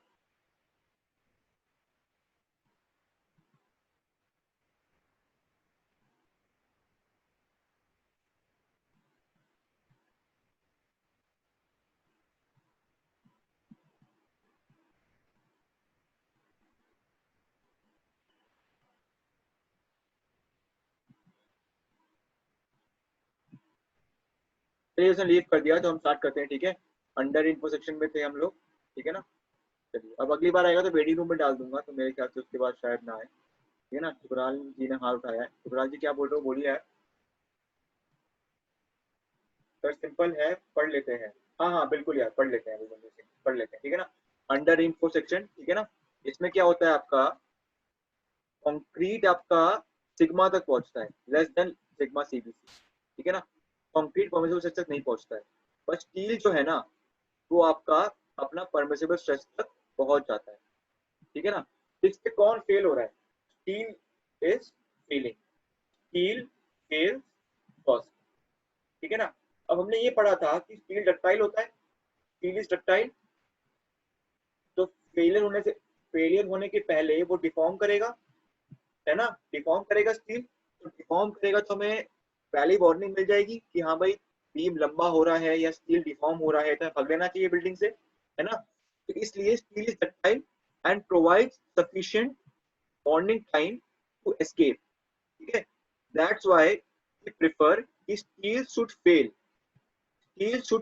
फर्स्ट, ठीक है ना। इसलिए इट इज रिकमेंडेड कि स्टील फेल्स फर्स्ट, ठीक है। अगर कंक्रीट फेल हो गया तो कंक्रीट तो ब्रिटल है ना, तो कंक्रीट टूट जाएगा, अचानक टूट जाएगी बिल्डिंग, बंदे भाग नहीं पाएंगे बाहर, इंजरी होगी, डेथ्स होंगे, ठीक है ना। इसलिए हम हमेशा ये चाहते हैं कि स्टील जो है वो पहले फेल करे। इसलिए हम स्टील का जो एएसटी है ना, कि एरिया ऑफ स्टील, उसको हम कम करते हैं, ठीक है, ताकि एन भी कम हो जाए। और एन कम हो जाएगा तो एन लेस देन एनसी होगा, ठीक है ना। एन लेस देन एनसी होगा तो कंक्रीट में देखिए, आप देख रहे हो ना, ये लीनियरली बढ़ रहा है, लीनियरली बढ़ रहा है ना, तो जितना ये डेप्थ ज्यादा होगा उतना ही सिग्मा ज्यादा होगा, है ना। इसलिए, और ये डेप्थ क्या है, ये डेप्थ एन है ना, इसलिए हम एन को कम रखते हैं ताकि सिग्मा भी कम हो, सिग्मा मतलब स्टील वाला, कंक्रीट वाला सिग्मा, ठीक है ना। और जितना एन कम होगा उतना ही डी माइनस एन ज्यादा होगा, है ना। और जितना डी माइनस एन ज्यादा होगा उतना ही सिग्मा एच डी ज्यादा होगा, है ना। इसलिए अंडर इनफो सेक्शन में हमारा जो एक्चुअल न्यूट्रल एक्सेस होता है, हाँ, this section, this means this section is used in most of the construction, बिल्कुल सही Aryan Kumar. This section is used in most of the construction because we want tension failure. Tension failure is ductile failure, ठीक है ना। Tension failure मतलब steel is failing before concrete, तो steel is failing before concrete, तो steel ductile है, तो steel deform हो जाएगा पहले ही। अगर स्टील डिफॉर्म हो जाएगा तो हमें डिफॉर्मेशन स्ट्रक्चर में दिख जाएगी, हमें सफिशिएंट बॉन्डिंग टाइम मिल जाएगा to escape from the building, to vacate the building, है ना। तो इंजरीज एंड डेथ सबसे ज्यादा कम इस सेक्शन में। कोई डिसएडवांटेज, एक ही डिसएडवांटेज है कि कंक्रीट जो है अपना सिग्मा सीबीसी तक नहीं पहुंचता, तो कंक्रीट का सेक्शन जो है वो अंडर यूटिलाइज हो जाता है, ठीक है। Concrete is not utilised to its fullest, ठीक है ना। और कंक्रीट को वैसे भी हमें सिग्मा सीबीसी तक यूज नहीं करना, क्योंकि कंक्रीट अगर सिग्मा सीबीसी तक पहुंच गया तो कंक्रीट तो ब्रिटल है, तो कंक्रीट विल फेल सडनली, ठीक है। ये डिसएडवांटेज है, पर ये एक तरीके का एडवांटेज भी है, क्योंकि we want steel to fail first, ठीक है ना, ठीक है। और बाकी ये जो सेक्शन है ये कम, तो we are preferred this section, हाँ बिल्कुल सही है, टक्टाइल फेलियर होता है, इसलिए याद रखना अंडर इन्फोर्स बीम मतलब टक्टाइल फेलियर, ठीक है ना, टक्टाइल फेलियर, ठीक है। चलिए अब देखते हैं इंग्लिश में क्या क्या लिखा है स्लाइड में। A section having percentage of steel less than, ये बहुत इंपॉर्टेंट है, मैंने क्या कहा था, स्टील को कम यूज करते हैं ना, less than the critical percentage is known as under reinforced section, ठीक है ना। चलिए, so the neutral axis will shift upward, कहा था मैंने, है ना। ये बीम है आपका, जितना स्टील कम होगा उतना ही न्यूट्रल एक्सिस ऊपर चला जाएगा, है ना। एएसटी कम तो एन भी कम, तो एन लेस देन एनसी, ठीक है ना। एन लेस देन एनसी मतलब sigma less than sigma CBC, ठीक है ना, ठीक है। चलिए, इन अंडर इनको section the stress in steel, देखिए, in UR section the stress in steel reaches its permissible value first, ठीक है ना। स्टील में जो स्ट्रेस है वो सिग्मा एसटी तक पहुंच जाता है, ठीक है ना। while the concrete in is under stress मतलब कंक्रीट में जो स्ट्रेस है वो लेस देन सिग्मा सीबीसी है, ठीक है ना। स्टील में जो स्ट्रेस है वो is equal to sigma ST है, ठीक है ना, परमिसिबल स्ट्रेस है, ठीक है ना। अच्छा, दीपक कुमार बोल रहा है यार वॉइस कट रही है, मेरी वॉइस कट रही है क्या, बताओ यार। मैं रिपीट कर दूंगा वैसे, बट फिर भी एक बार मेरी इन्फॉर्मेशन के लिए बता दो, मेरी वॉइस कट रही है क्या यार। नो सर, नहीं कट रही ना। चलो दीपक कुमार रिपीट कर देता हूँ मैं, ठीक है, आपके रिपीट कर देता हूँ, ठीक है। चलिए, in under reinforced section the steel is stress first reaches its permissible value, ठीक है ना, ठीक है ना। मतलब स्टील में जो स्ट्रेस है वो सिग्मा एच टी मतलब परमिसिबल स्ट्रेस को पहले रीच करेगा फर्स्ट, ठीक है। और जब वो सिग्मा एच टी को रीच करेगा, कंक्रीट में जो स्ट्रेस है ना वो अंडर स्ट्रेस होगा, कंक्रीट क्या होगा, अंडर स्ट्रेस मतलब sigma C less than sigma CBC. इसका सेक्शन कैसा होगा, ऐसा, ये सिग्मा एस टी तक रीच कर गया और ये सिग्मा सी है लेस देन सिग्मा सीबीसी, ये इसका स्ट्रेस डायग्राम होगा, ठीक है ना। और ये हमारा एक्चुअल न्यूट्रल एक्सेस होगा यहाँ पे, ठीक है ना। और ये हमारा होगा क्रिटिकल न्यूट्रल एक्सेस, ये एनसी है हमारा, ठीक है ना।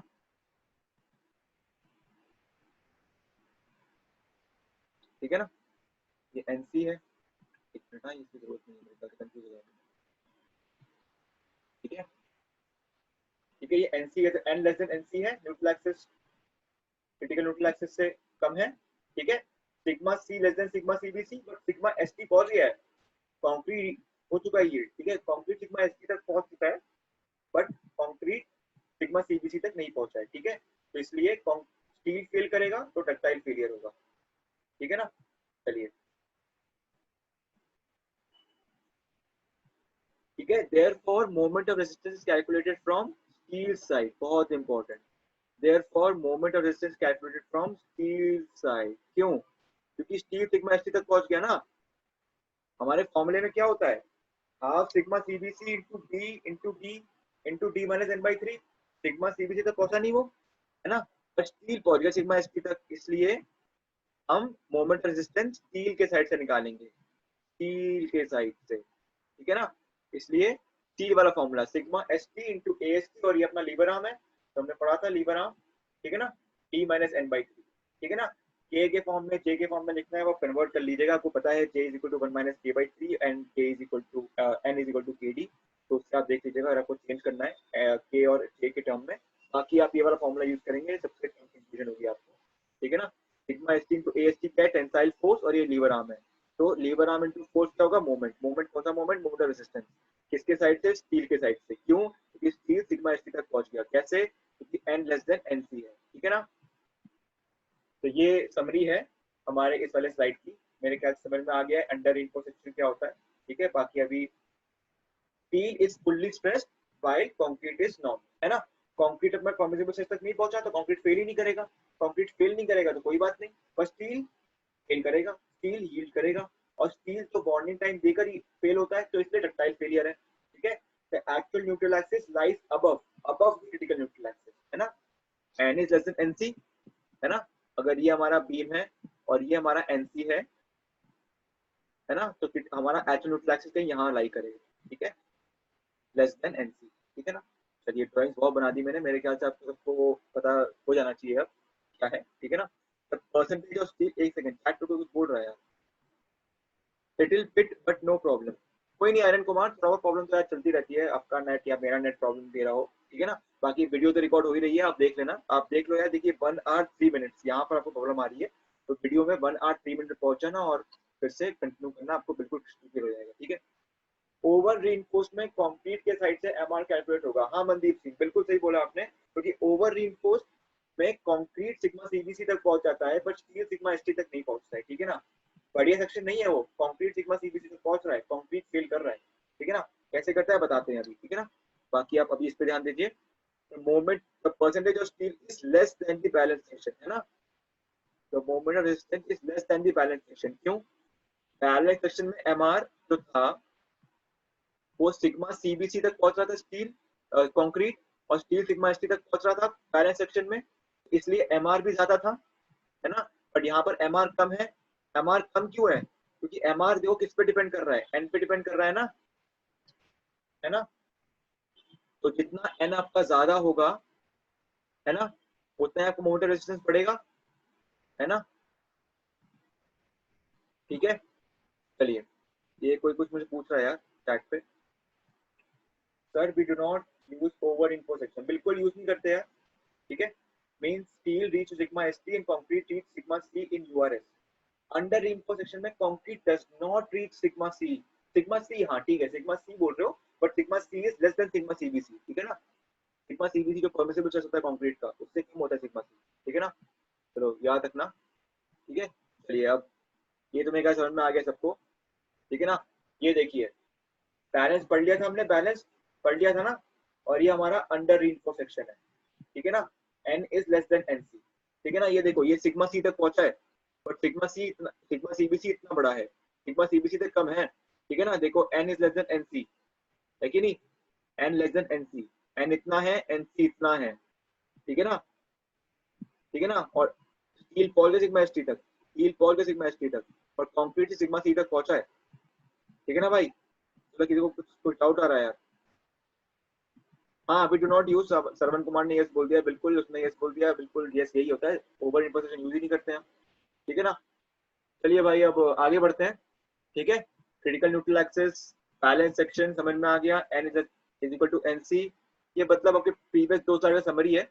ये स्ट्रेस डायग्राम देखो यार, देखो balance section under info section में कैसे डिफरेंस आ रहा है। मेरे ख्याल से स्ट्रेस डायग्राम दोनों ही क्लियर है, ठीक है ना, ठीक है। चलिए अब आगे बढ़ते हैं, चलिए आगे बढ़ते हैं, ठीक है। डक्टाइल फेलियर क्यों? Ductile failure because in this section, this मतलब under info section, steel yields first and sufficient bonding is given before collapse, ठीक है। Due to ductile failure and economy, the under reinforced section are preferred by designer, ठीक है ना। चलिए आगे बढ़ते हैं। अब बचा ओवर इन्फो सेक्शन, ठीक है। ये हम कॉन्सेप्ट के लिए पढ़ रहे हैं, बट आप कभी भी साइट पे, जब भी आप कहीं पे आपकी जॉब लगेगी, वहां पर आप कभी भी देखोगे ओवर इन्फो सेक्शन यूज नहीं करते, ठीक है ना। आईएस कोड ने स्ट्रिक्टली बोला है कि ओवर रिइंफोर्स सेक्शन बिल्कुल भी यूज नहीं करना, ठीक है ना। ओवर रिइंफोर्स सेक्शन बिल्कुल भी यूज नहीं करना, ठीक है ना। क्यों नहीं करना अभी समझेंगे हम, ठीक है। ओवर इन्फो मतलब क्या? ओवर इन्फो मतलब हमारा जो एरिया ऑफ स्टील है ना, हद से ज्यादा है। हद से ज्यादा मतलब एरिया ऑफ स्टील जो हमारा बैलेंस सेक्शन में हमने यूज किया था उससे ज्यादा है, ठीक है ना। Area of steel for balance section जो था उससे ज्यादा है हमारा एरिया ऑफ स्टील यहाँ पर, ठीक है ना। अब आप बोलोगे यार स्टील यूज करते थे हम लोग, तो स्टील तो बढ़िया है, टेंशन ले लेगा, ज्यादा स्टील डाल देंगे इसमें हम, तो बढ़िया है, स्टील जितना डालो उतना बढ़िया। पर ऐसा नहीं होता यार, देखो अगर स्टील हमने ज्यादा डाल दिया, इसका मतलब है स्टील जो है वो अपना सिग्मा एस की रीच नहीं कर रहा, ठीक है ना। पर कंक्रीट जो है, कंक्रीट जो है वो आपका यहाँ पे सिग्मा सीबीसी रीच कर जाएगा, ठीक है ना। कंक्रीट सिग्मा सीबीसी रीच कर जाएगा, तो स्टील तो फेल नहीं हुआ, क्योंकि स्टील का जो स्ट्रेस है वो less than sigma S T है। पर कंक्रीट का जो स्ट्रेस है वो ग्रेटर देन इक्वल टू, मतलब सिग्मा सीबीसी तक पहुंच जाएगा। तो यहाँ पर आपका कंक्रीट फेल्स, कंक्रीट फेल्स, ठीक है। फेल्स लिख रहा हूँ मैं, यील्ड नहीं लिख रहा हूँ, कंक्रीट फेल्स, ठीक है। But still is under stress, steel is under stress, under stress मतलब भाई sigma S less than sigma S T, ठीक है। तो स्टील तो फेल करा नहीं, कंक्रीट फेल कर गया। और कंक्रीट जो ब्रिटल है भाई, ब्रिटल है तो क्या होगा? Sudden failure. ब्रिटल मतलब सडन फेलियर, इसको हम कंप्रेशन फेलियर भी बोलते हैं, ठीक है। सडन फेलियर होगा, सडन होगा तो भाई देख बिल्डिंग सडनली गिर गई तो क्या होगा, बताइए क्या होगा? अंदर के जो लोग हैं, कुछ लोग बट इंजर्ड हो जाएंगे, है ना। तो वो नहीं होना चाहिए, sudden failure we do not want that. Over reinforce section में क्या होता है? सडन फेलियर होता है, क्यों? क्योंकि concrete reaches its permissible stress earlier than steel, ठीक है। It means over reinforce is opposite to under reinforce, बिल्कुल सही यार। Over reinforce is sudden failure, under reinforced is आपका डक्टाइल फेलियर, ठीक है ना। Over reinforce is compression failure, under reinforce tension failure. Over reinforce में कंक्रीट फेल करता है, अंडर रिइंफोर्स में स्टील फेल करता है, ठीक है ना। चलिए आगे बढ़ते हैं, ठीक है। बाकी समराइज पूरा कर दिया मैंने आपको, अब इंग्लिश पढ़ ले थोड़ा सा, ठीक है। Here the percentage of steel provided is greater than the balance section, है ना। हद से ज्यादा स्टील यूज कर लिया, ठीक है। हद से ज्यादा कुछ भी अच्छा नहीं होता, ठीक है ना। तो स्टील हद से ज्यादा यूज कर लिया, हद से ज्यादा स्टील यूज कर लिया तो आपका स्टील फेल करेगा नहीं, स्टील तो रह जाएगा बट कंक्रीट फेल कर जाएगा। स्टील पे तो खड़े नहीं हो सकते ना, कंक्रीट फेल करके खड़े किस पे होगी? बिल्डिंग किस पे खड़ी होगी फिर, ठीक है ना। चलिए, so the neutral axis shifts downwards, है ना। क्यों? न्यूट्रल एक्सिस का फॉर्मूला क्या पढ़ा था हमने? pm square by 2 is equal to m into ast, है ना, into d minus n, है ना। ast बढ़ गया हद से ज्यादा, n बढ़ जाएगा, n इतना बढ़ जाएगा कि nc से बड़ा हो जाएगा, ठीक है ना, ठीक है। और अगर nc से बड़ा हो गया तो क्या होगा? सिग्मा cbc तो पहुंच जाएगा यहाँ पे, ठीक है ना। यहाँ जब ज्यादा मिल गई, greater than nc, but still जो है वो sigma s less than sigma st तक पहुंचेगा, ठीक है ना, ठीक है। Steel is under stress and concrete is over stress, ठीक है। कंक्रीट इज ओवर स्ट्रेस तो क्या होगा? फेल हो जाएगा, ठीक है ना। चलिए in this section concrete reaches its permissible stress, permissible stress मतलब sigma CBC, sigma CBC reach कर जाता है is equal to sigma C, ठीक है ना। While steel does not attain its permissible yield value, मतलब स्टील का जो स्ट्रेस है वो सिग्मा एसटी से कम है, ठीक है ना। ठीक है, तो कंक्रीट फेल हो गया, स्टील अपना बच जाएगा आराम से, ठीक है ना। कंक्रीट फेल हो गया, ब्रिटल फेलियर होगा, ठीक है ना।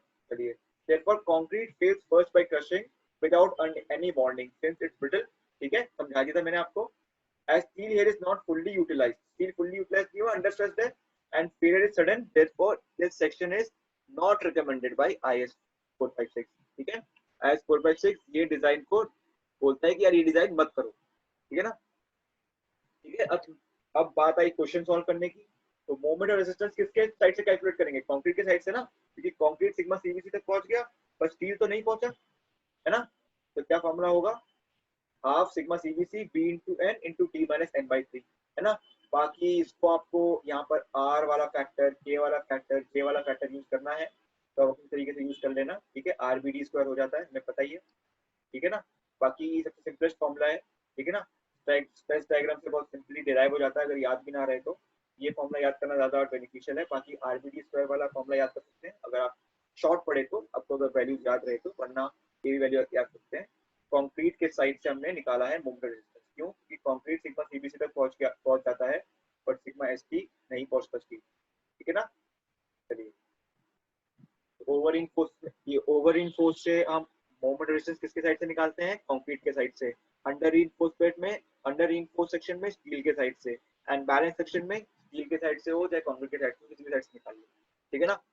चलिए आगे बढ़ते हैं, और ये आपका फाइनल डायग्राम है, आपको दिख रहा है बैलेंस सेक्शन में स्ट्रेस डायग्राम कैसा होता है, अंडर रीइंफोर्स में कैसा होता है, एंड ओवर इनफोर्स में आपको समझा देता हूँ। देखो ये एनसी है, एन जो है ग्रेटर देन एनसी है ना। देखिए एन नीचे पहुंच गया एनसी से, है ना। तो ये sigma S T by M, but यहाँ पर क्या है, सिग्मा टी बाई एम, है ना। Sigma T by M less than sigma S T, है ना। और कंक्रीट पहुंच गया सिग्मा सीबीसी तक, तो कंक्रीट हो गया फेल और स्टील बच गया। कंक्रीट अगर फेल हो गया तो कैसे फेल करेगा, ब्रिटल, ब्रिटल मतलब सडन फेलियर, ठीक है। चलिए मोमेंट रेजिस्टेंस खत्म हो गया आपका, इसके साथ आपका डब्ल्यूएसएम भी खत्म होता है। डब्ल्यूएसएम में और भी पार्ट्स हैं आपके, जैसे आपको निकालना हो कि स्ट्रेसेस कितना है कंक्रीट और स्टील में, तो फिलहाल तो वो हमें नहीं करना है, ठीक है। और shear stresses, shear and bond जो आपका पार्ट है इसमें, वो वाला भी हमें नहीं करना, ठीक है। वो ये वाले पार्ट हम सारे एलएसएम में उठाएंगे, ठीक है ना। बिल्कुल सही है, बैलेंस सेक्शन में हम moment resistance concrete and steel किसी भी फॉर्मूले से निकाल सकते हैं, ठीक है ना। चलिए तो हम एक सैंपल क्वेश्चन करते हैं अभी, ठीक है, जो भी हमने स्टेप्स सीखे हैं। और how to determine what should be the number of bar we have to use, और what should be the value of AST for design purpose. देखिए अभी हम डिजाइन इसमें है नहीं डब्ल्यूएसएम में, ठीक है, बल्कि आप डिजाइन कर सकते हो, आपको बस न्यूट्रल एक्सिस का डेप्थ आपको वेरी करना पड़ता है, ठीक है। बाकी आपको अगर डिजाइनिंग का पढ़ना है तो हम लोग एक डिजाइनिंग का क्वेश्चन भी कर लेंगे नेक्स्ट क्लास में, ठीक है। उसमें आपको समझ में आएगा कि एएसटी को हम कैसे रखें ताकि वो अंडर इन्फोर्स ही रहे, ठीक है ना। चलिए तो बाकी हम अभी मोमेंट रेजिस्टेंस क्वेश्चन करते हैं। चलिए मोमेंट और रेजिस्टेंस निकालने का प्रोसीजर क्या है वो अभी हम देख लेते हैं, ठीक है। बाकी तो हमने पढ़ तो लिया है, steps to determine the moment और रेजिस्टेंस बाय द डब्ल्यूएसएम, ठीक है। ठीक है, डेटा गिवन, हमें क्या गिवन है, पी एंड डी गिवन है, एरिया ऑफ स्टील गिवन है, और मटेरियल ग्रेड ऑफ कंक्रीट, मतलब सर, और distinguish between to steel bar, distance between to steel bar कितना होता है। देखिए यार स्टील बार्स का जो डिस्टेंस होता है वो डिपेंड करता है कि हमें कितना एरिया ऑफ स्टील चाहिए, ठीक है ना, और फिट कितनी है बीम की, ठीक है। तो वो कैसे निकालते हैं, जो हम डिजाइनिंग का क्वेश्चन करेंगे ना एलएसएम में, तो उसका कुछ ठीक से समझाऊंगा मैं कि एएसटी को कितना निकाल के कितना रखे एएसटी को, ताकि हमारा अंडर इनफोर्स रहे, और डिस्टेंस बिटवीन स्टील बार कैसे निकालेंगे ये सब हम लिमिट स्टेट मेथड में पढ़ेंगे, ठीक है। हार्ड कोर डिजाइनिंग हम इसमें नहीं कर रहे हैं, हम सिर्फ मोमेंट और रेजिस्टेंस से कर रहे हैं डब्ल्यूएसएम में, क्योंकि आपके एग्जाम्स में सिर्फ और सिर्फ एलएसएम आता है, डब्ल्यूएसएम सिर्फ कंसेप्चुअल क्लैरिटी के लिए पढ़ रहे हैं, ठीक है।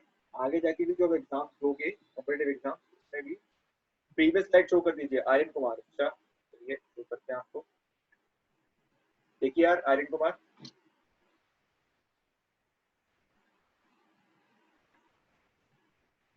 तो लिया ना आपने, चलिए आगे बढ़ते हैं। चलिए अब मोमेंट ऑफ रेसिस्टेंस कैसे निकालते हैं डब्ल्यूएसएम से वो देखते हैं, ठीक है। ठीक है, चलिए हमें क्या क्या गिवन है, देखो क्वेश्चन में क्या गिवन रहेगा, हमें फिट बताएंगे, इफेक्टिव डेप्थ बताएंगे, एरिया ऑफ स्टील बता देंगे हमें, ठीक है। और ग्रेड ऑफ कंक्रीट समझ लो M20 गिवन है, और स्टील समझ लो Fe250 गिवन है, ऐसे गिवन रहेगा क्वेश्चन में, ठीक है ना। तो उससे हमें क्या निकालना है, MR निकालना है, ठीक है। MR का कौन सा फॉर्मूला यूज करेंगे, डिपेंड करेगा N is equal to NC, या N is less than NC, या N is greater than NC, ठीक है ना। एनसी का फॉर्मूला, एन का फॉर्मूला को बताइए, एनसी का फॉर्मूला क्या होता है, M sigma CBC upon sigma ST is equal to NC upon D minus NC, इससे निकल जाएगा एनसी, ठीक है ना। और P N square by 2 is equal to M A S T into D minus N, उससे क्या निकल जाएगा हमारा actual depth of neutral axis, ठीक है ना। फिर हम इन तीनों में जो केस होगा उसके हिसाब से हम लोग मोमेंट ऑफ रेसिस्टेंस का फॉर्मूला यूज करेंगे, ठीक है ना। चैट पे कोई कुछ बोल रहा है मेरे ख्याल से सर, प्रीवियस स्लाइड मतलब रिपसेट का मतलब कुछ नहीं है, बस समरी है, बस आपका जो भी आपके स्ट्रेस डायग्राम्स हैं अंडर रीइंफोर्स्ड, बैलेंस और ओवर रीइंफोर्स्ड में, उसके हिसाब से। बाकी आप इस स्लाइड पे ध्यान दीजिए अभी, ठीक है। चलिए कैसे होगा, चलिए procedure for the given grade of concrete determine the permissible stresses sigma CBC and sigma ST from table 21। अब लोग अपना पेज 81 पेज 82 निकालिए आया 4/6 का, उसमें देखिए आपका सिग्मा सीबीसी और सिग्मा एसटी गिवन होगा, ठीक है ना। जैसे फॉर एग्जांपल आपका अगर M15 है कंक्रीट, उसमें सिग्मा सीबीसी कितना गिवन होता है 5, ठीक है। अगर M20 है तो उसके सिग्मा सीबीसी कितना होता है 7, ठीक है ना। वैसे ही अगर Fe250 है, ठीक है, तो उसके लिए सिग्मा एसटी कितना होता है 130, ठीक है ना। Fe415 है तो सिग्मा एसटी कितना होता है 230, ठीक है ना। चलिए सिग्मा एसटी हमारे पास आ जाएगा, सिग्मा सीबीसी हमारे पास आ जाएगा कहाँ से, टेबल से। ये आपको IS 456 एग्जाम में अलाउ किया जाएगा यूज करना, ठीक है। बाकी बहुत सिंपल है यार, आप M15 को तीन से डिवाइड कीजिए 15 आ जाएगा, 20 को 3 से डिवाइड करिए अप्रोक्सीमेटली 7 आ जाएगा, और 250 को 1.78 से डिवाइड कीजिए, ये फैक्टर ऑफ सेफ्टी है स्टील का, तो ये 130 आ जाएगा। 415 को 1.78 से डिवाइड कीजिए 230 आ जाएगा, ठीक है ना। सिग्मा एस टी आ गया, सिग्मा सीबीसी आ गया, एएसटी आ गया, ठीक है ना। और मॉड्यूलर रेशियो क्या होता है, मॉड्यूलर रेशियो क्या होता है 280 अपॉन 3 सिग्मा सीबीसी। तो मेरे पास जितने वैल्यूज हैं सारे आ गए, ठीक है ना। आप बस फॉर्मूला लगाना है, ठीक है। चलिए calculate modular ratio, m is equal to 280/3 sigma CBC, आपके पेज 80 पे लिखा ही हुआ है, ठीक है ना, इन असम्पशंस ऑफ डब्ल्यूएसएम में, ठीक है ना। सिग्मा एसटी आ गया, सिग्मा सीबीसी आ गया, एम आ गया, ठीक है। एएसटी पी डी से तो गिवन ही है, ठीक है ना। आप क्या है, अब हमें निकालना है एनसी, बहुत important. M sigma CBC upon sigma ST is equal to NC upon D minus NC, बताइए हमें, है ना, है ना। एनसी में क्या होता है, ऊपर सिग्मा सीबीसी तक पहुंच जाता है, और नीचे कहाँ पहुंचता है, सिग्मा एसटी तक पहुंचता है, ठीक है ना। और ये क्या होता है एनसी होता है, और ये क्या होता है डी माइनस एनसी, ठीक है ना, ठीक है। चलिए ये यहाँ से हमारा क्रिटिकल, यहाँ से एनसी आ जाएगा हमारा, ठीक है ना। और ये तो आ गया क्रिटिकल न्यूट्रल एक्सिस डेप्थ। अब क्या निकालेंगे इसके बाद, एक्चुअल न्यूट्रल एक्सिस डेप्थ, ठीक है ना। चलिए ठीक है, इस मामले यहाँ से निकाल लिया ना, आपको पता है ना, इस वाले डायग्राम से ये डिराइव होता है ये वाला फॉर्मूला, ठीक है ना। ये डायग्राम बस मैं डाल दिया यहाँ पे ताकि आपको याद है डिराइव कैसे होता है, ठीक है ना। कैसे होता है मैंने बताया था शुरुआत में, देख लेना वीडियो में अगर किसी को याद ना हो तो, ठीक है। अब determine the actual neutral axis of the section, ठीक है ना। ये फॉर्मूला बताइए हमें, bn²/2 = MAST × D - n, equivalent concrete section neutral axis के ऊपर का और प्लस के नीचे का, दोनों का मोमेंट निकालते हैं हम किसके अबाउट, न्यूट्रल एक्सिस के अबाउट। तो उससे फॉर्मूला आता है और इससे n निकलता है हमारा, क्या निकलेगा इससे n, ठीक है ना। सर हम NC को डायरेक्ट NC = KD से कर सकते हैं। KD क्या होता है अपना, KD क्या होता है, KD होता है 280/3, हाँ बिल्कुल कर सकते हो यार, कोई कोई दिक्कत नहीं। वैसे होता है इसी से निकलता है वो वाला चीज भी, ठीक है ना, बिल्कुल कर सकते हो, NC = KD से भी कर सकते हो, कोई दिक्कत नहीं, ठीक है ना। क्योंकि उसमें सिग्मा सी और सिग्मा एस यूज करते हैं ना, तो इसका मतलब वो भी आपका बैलेंस सेक्शन का ही है, ठीक है ना। उससे भी कर सकते हो, बिल्कुल यार सही बोला इसने, ठीक है ना। चलिए इससे आपको क्या निकलेगा, n निकलेगा, ठीक है ना। इससे निकलेगा NC, इससे निकलेगा n, ठीक है। इन दोनों करेंगे हम, अब हम करेंगे कंपेयर, ठीक है ना।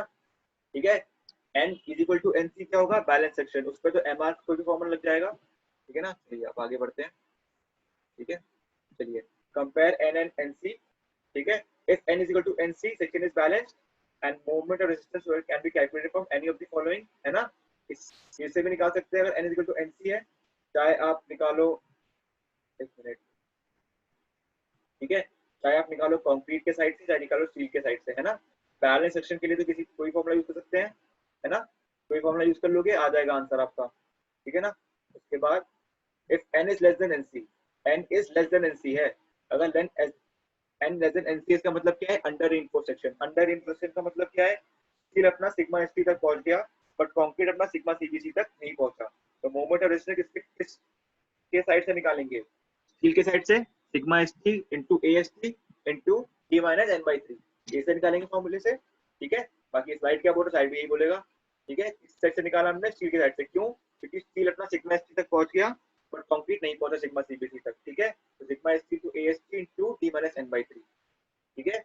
If N is greater than NC this means section is over reinforced, है ना, over reinforce section, over reinforce है तो कौन पहुंचेगा परमिसिबल स्ट्रेस तक, कंक्रीट पहुंचेगा। इसकी साइड से निकालेंगे मोमेंट ऑफ रेजिस्टेंस कंक्रीट के साइड से, ठीक है ना। क्या होता है मोमेंट ऑफ रेजिस्टेंस कंक्रीट के साइड से, half into sigma CBC into B into N into lever arm, lever arm क्या है D माइनस N/3, ठीक है। लीवर आर्म दोनों केस में सेम है, ठीक है। तो ये जो मैंने बोला, half into sigma CBC into B into N into lever arm क्या है D माइनस N/3, ठीक है। बाकी इसको अगर आपको R K और K के टर्म में करना है तो आप अपने साइड से कर लीजिएगा, ठीक है। बाकी सिंपलेस्ट फॉर्मूला है, ठीक है। तो आपको यही करना है, ऑर्डर रेजिस्टेंस में पहले निकालना है क्रिटिकल न्यूट्रल एक्सिस, फिर निकालना है actual neutral axis, critical neutral axis actual neutral axis compare करना है, उस हिसाब से case 1 balance section, case 2 under enforce, case 3 over enforce, ठीक है। तीनों में से जो फॉर्मूला एप्लीकेबल होगा वो लगाना है, ठीक है, ठीक है। चलिए अब एक क्वेश्चन देख लेते हैं, अ सिंगली रीइंफोर्स्ड बीम, या क्वेश्चन देखते हैं उसके बाद क्लास खत्म हो जाएगी आज। A singly reinforced beam cross section, ये अपना B है, ठीक है, ये अपना D है इफेक्टिव डेप्थ, ठीक है, 5 बार्स ऑफ 14 mm डाया, ठीक है। AST कैसे निकलेगा, सर्कल का एरिया क्या होता है, pi by 4 into D square, ठीक है। डायमीटर गिवन है, ये D यहाँ पर आ जाएगा, और कितने बार से 5 इंटू 5, ये AST निकल आया हमारा। सिग्मा CBC ऑलरेडी गिवन है हमें 7, सिग्मा ST ऑलरेडी गिवन है 140, ठीक है ना, ठीक है। तो M sigma CBC upon sigma ST is equal to NC upon D minus NC, ठीक है ना। इससे क्या निकलेगा हमारा, इससे निकलेगा NC, ठीक है ना, NC निकल जाएगा। उसके बाद क्या हम यूज करेंगे, BN square by 2 is equal to M into AST into D minus N, इससे क्या निकल आएगा, एक्चुअल न्यूट्रल एक्सिस डेप्थ। इन दोनों को कंपेयर करेंगे, उस हिसाब से हमारा या तो बैलेंस्ड होगा, या तो अंडर इनफोर्स्ड होगा, या तो ओवर इनफोर्स्ड होगा, ठीक है। तीनों में से कौन सा फॉर्मूला लगाना है वो आपको स्टेप से बताया था मैंने। चलो बाकी देखते हैं इनने कैसे किया है, ठीक है। चलिए आपकी बुक का ही क्वेश्चन है ये, ठीक है। चलिए गिवन क्या क्या है, ये मैंने कहा था ये गिवन है, ठीक है ना। AST निकाल लिया हमने 5 into 5/4 into T square, sigma CBC sigma ST पता है हमें, B गिवन है, ठीक है। ऑलमोस्ट सब कुछ पता लग गया हमें। Modular ratio M equal to 13 given है, अगर नहीं भी गिवन हो तो कैसे निकालते हैं, 280 अपॉन 3 सिग्मा CBC, अगर निकालोगे तो वो अप्रोक्सीमेटली इक्वल आएगा 13.33 के, ठीक है ना। और उसको अप्रोक्सीमेट कर लिया है हमने 13 को, ठीक है। ये गिवन है क्वेश्चन में, ठीक है। चलिए आगे बढ़ते हैं। ये पहला step critical neutral axis M sigma CBC upon sigma ST is equal to NC upon D minus NC, ठीक है।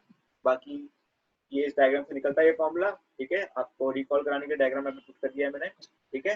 चलिए क्रिटिकल न्यूट्रल एक्सिस आ गया हमारा, तो स्टेप क्या है, अब निकालना है एक्चुअल न्यूट्रल एक्सिस, ठीक है ना। तो एक्चुअल न्यूट्रल एक्सिस कैसे निकलेगा, BN square by 2 is equal to MAST into D minus N, ठीक है ना। Concrete section, equivalent concrete section ऊपर का और नीचे का, उसका moment about the neutral axis, वही फॉर्मूला है ये, ठीक है ना। लगा दिया। अब आगे हमारा ये आ गया, ये आ गया हमारा क्रिटिकल, ये आ गया हमारा एक्चुअल। तो क्या है, एक्चुअल लेस देन क्रिटिकल है, तो क्या हो गया, अंडर इनफोर्स हो गया। अंडर इनफोर्स वगैरह किस साइड से निकालेंगे, स्टील के साइड से। क्या निकालेंगे, MR, ठीक है ना। क्या होता है वो, sigma S T into A S T into D minus N by 3, ठीक है ना। डी गिवन है हमें 500, डी गिवन है, सिग्मा एस टी गिवन है 140, ए एस टी निकाल लिया 769 और एन हमें एन निकाल लिया 164, ठीक है ना। बस निकल जाएगा, बस इसके बाद एक ही स्टेप है उसके बाद, ठीक है ना। Moment of resistance equal to sigma S T into A S T into D minus N by 3, ठीक है ना। चलो भाई क्लास खत्म हुई आपकी, मोमेंट ऑफ रेजिस्टेंस सीख लिया हमने आज, डब्ल्यूएसएम ऑफिशियली फिनिश्ड है आपका। बाकी और भी अगर पार्ट हुआ तो पढ़ाना होगा मुझे डब्ल्यूएसएम का, तो पढ़ा दूंगा। बाकी मोस्ट प्रोबेबली नेक्स्ट क्लास से आपका एलएसएम स्टार्ट हो जाएगा, ठीक है।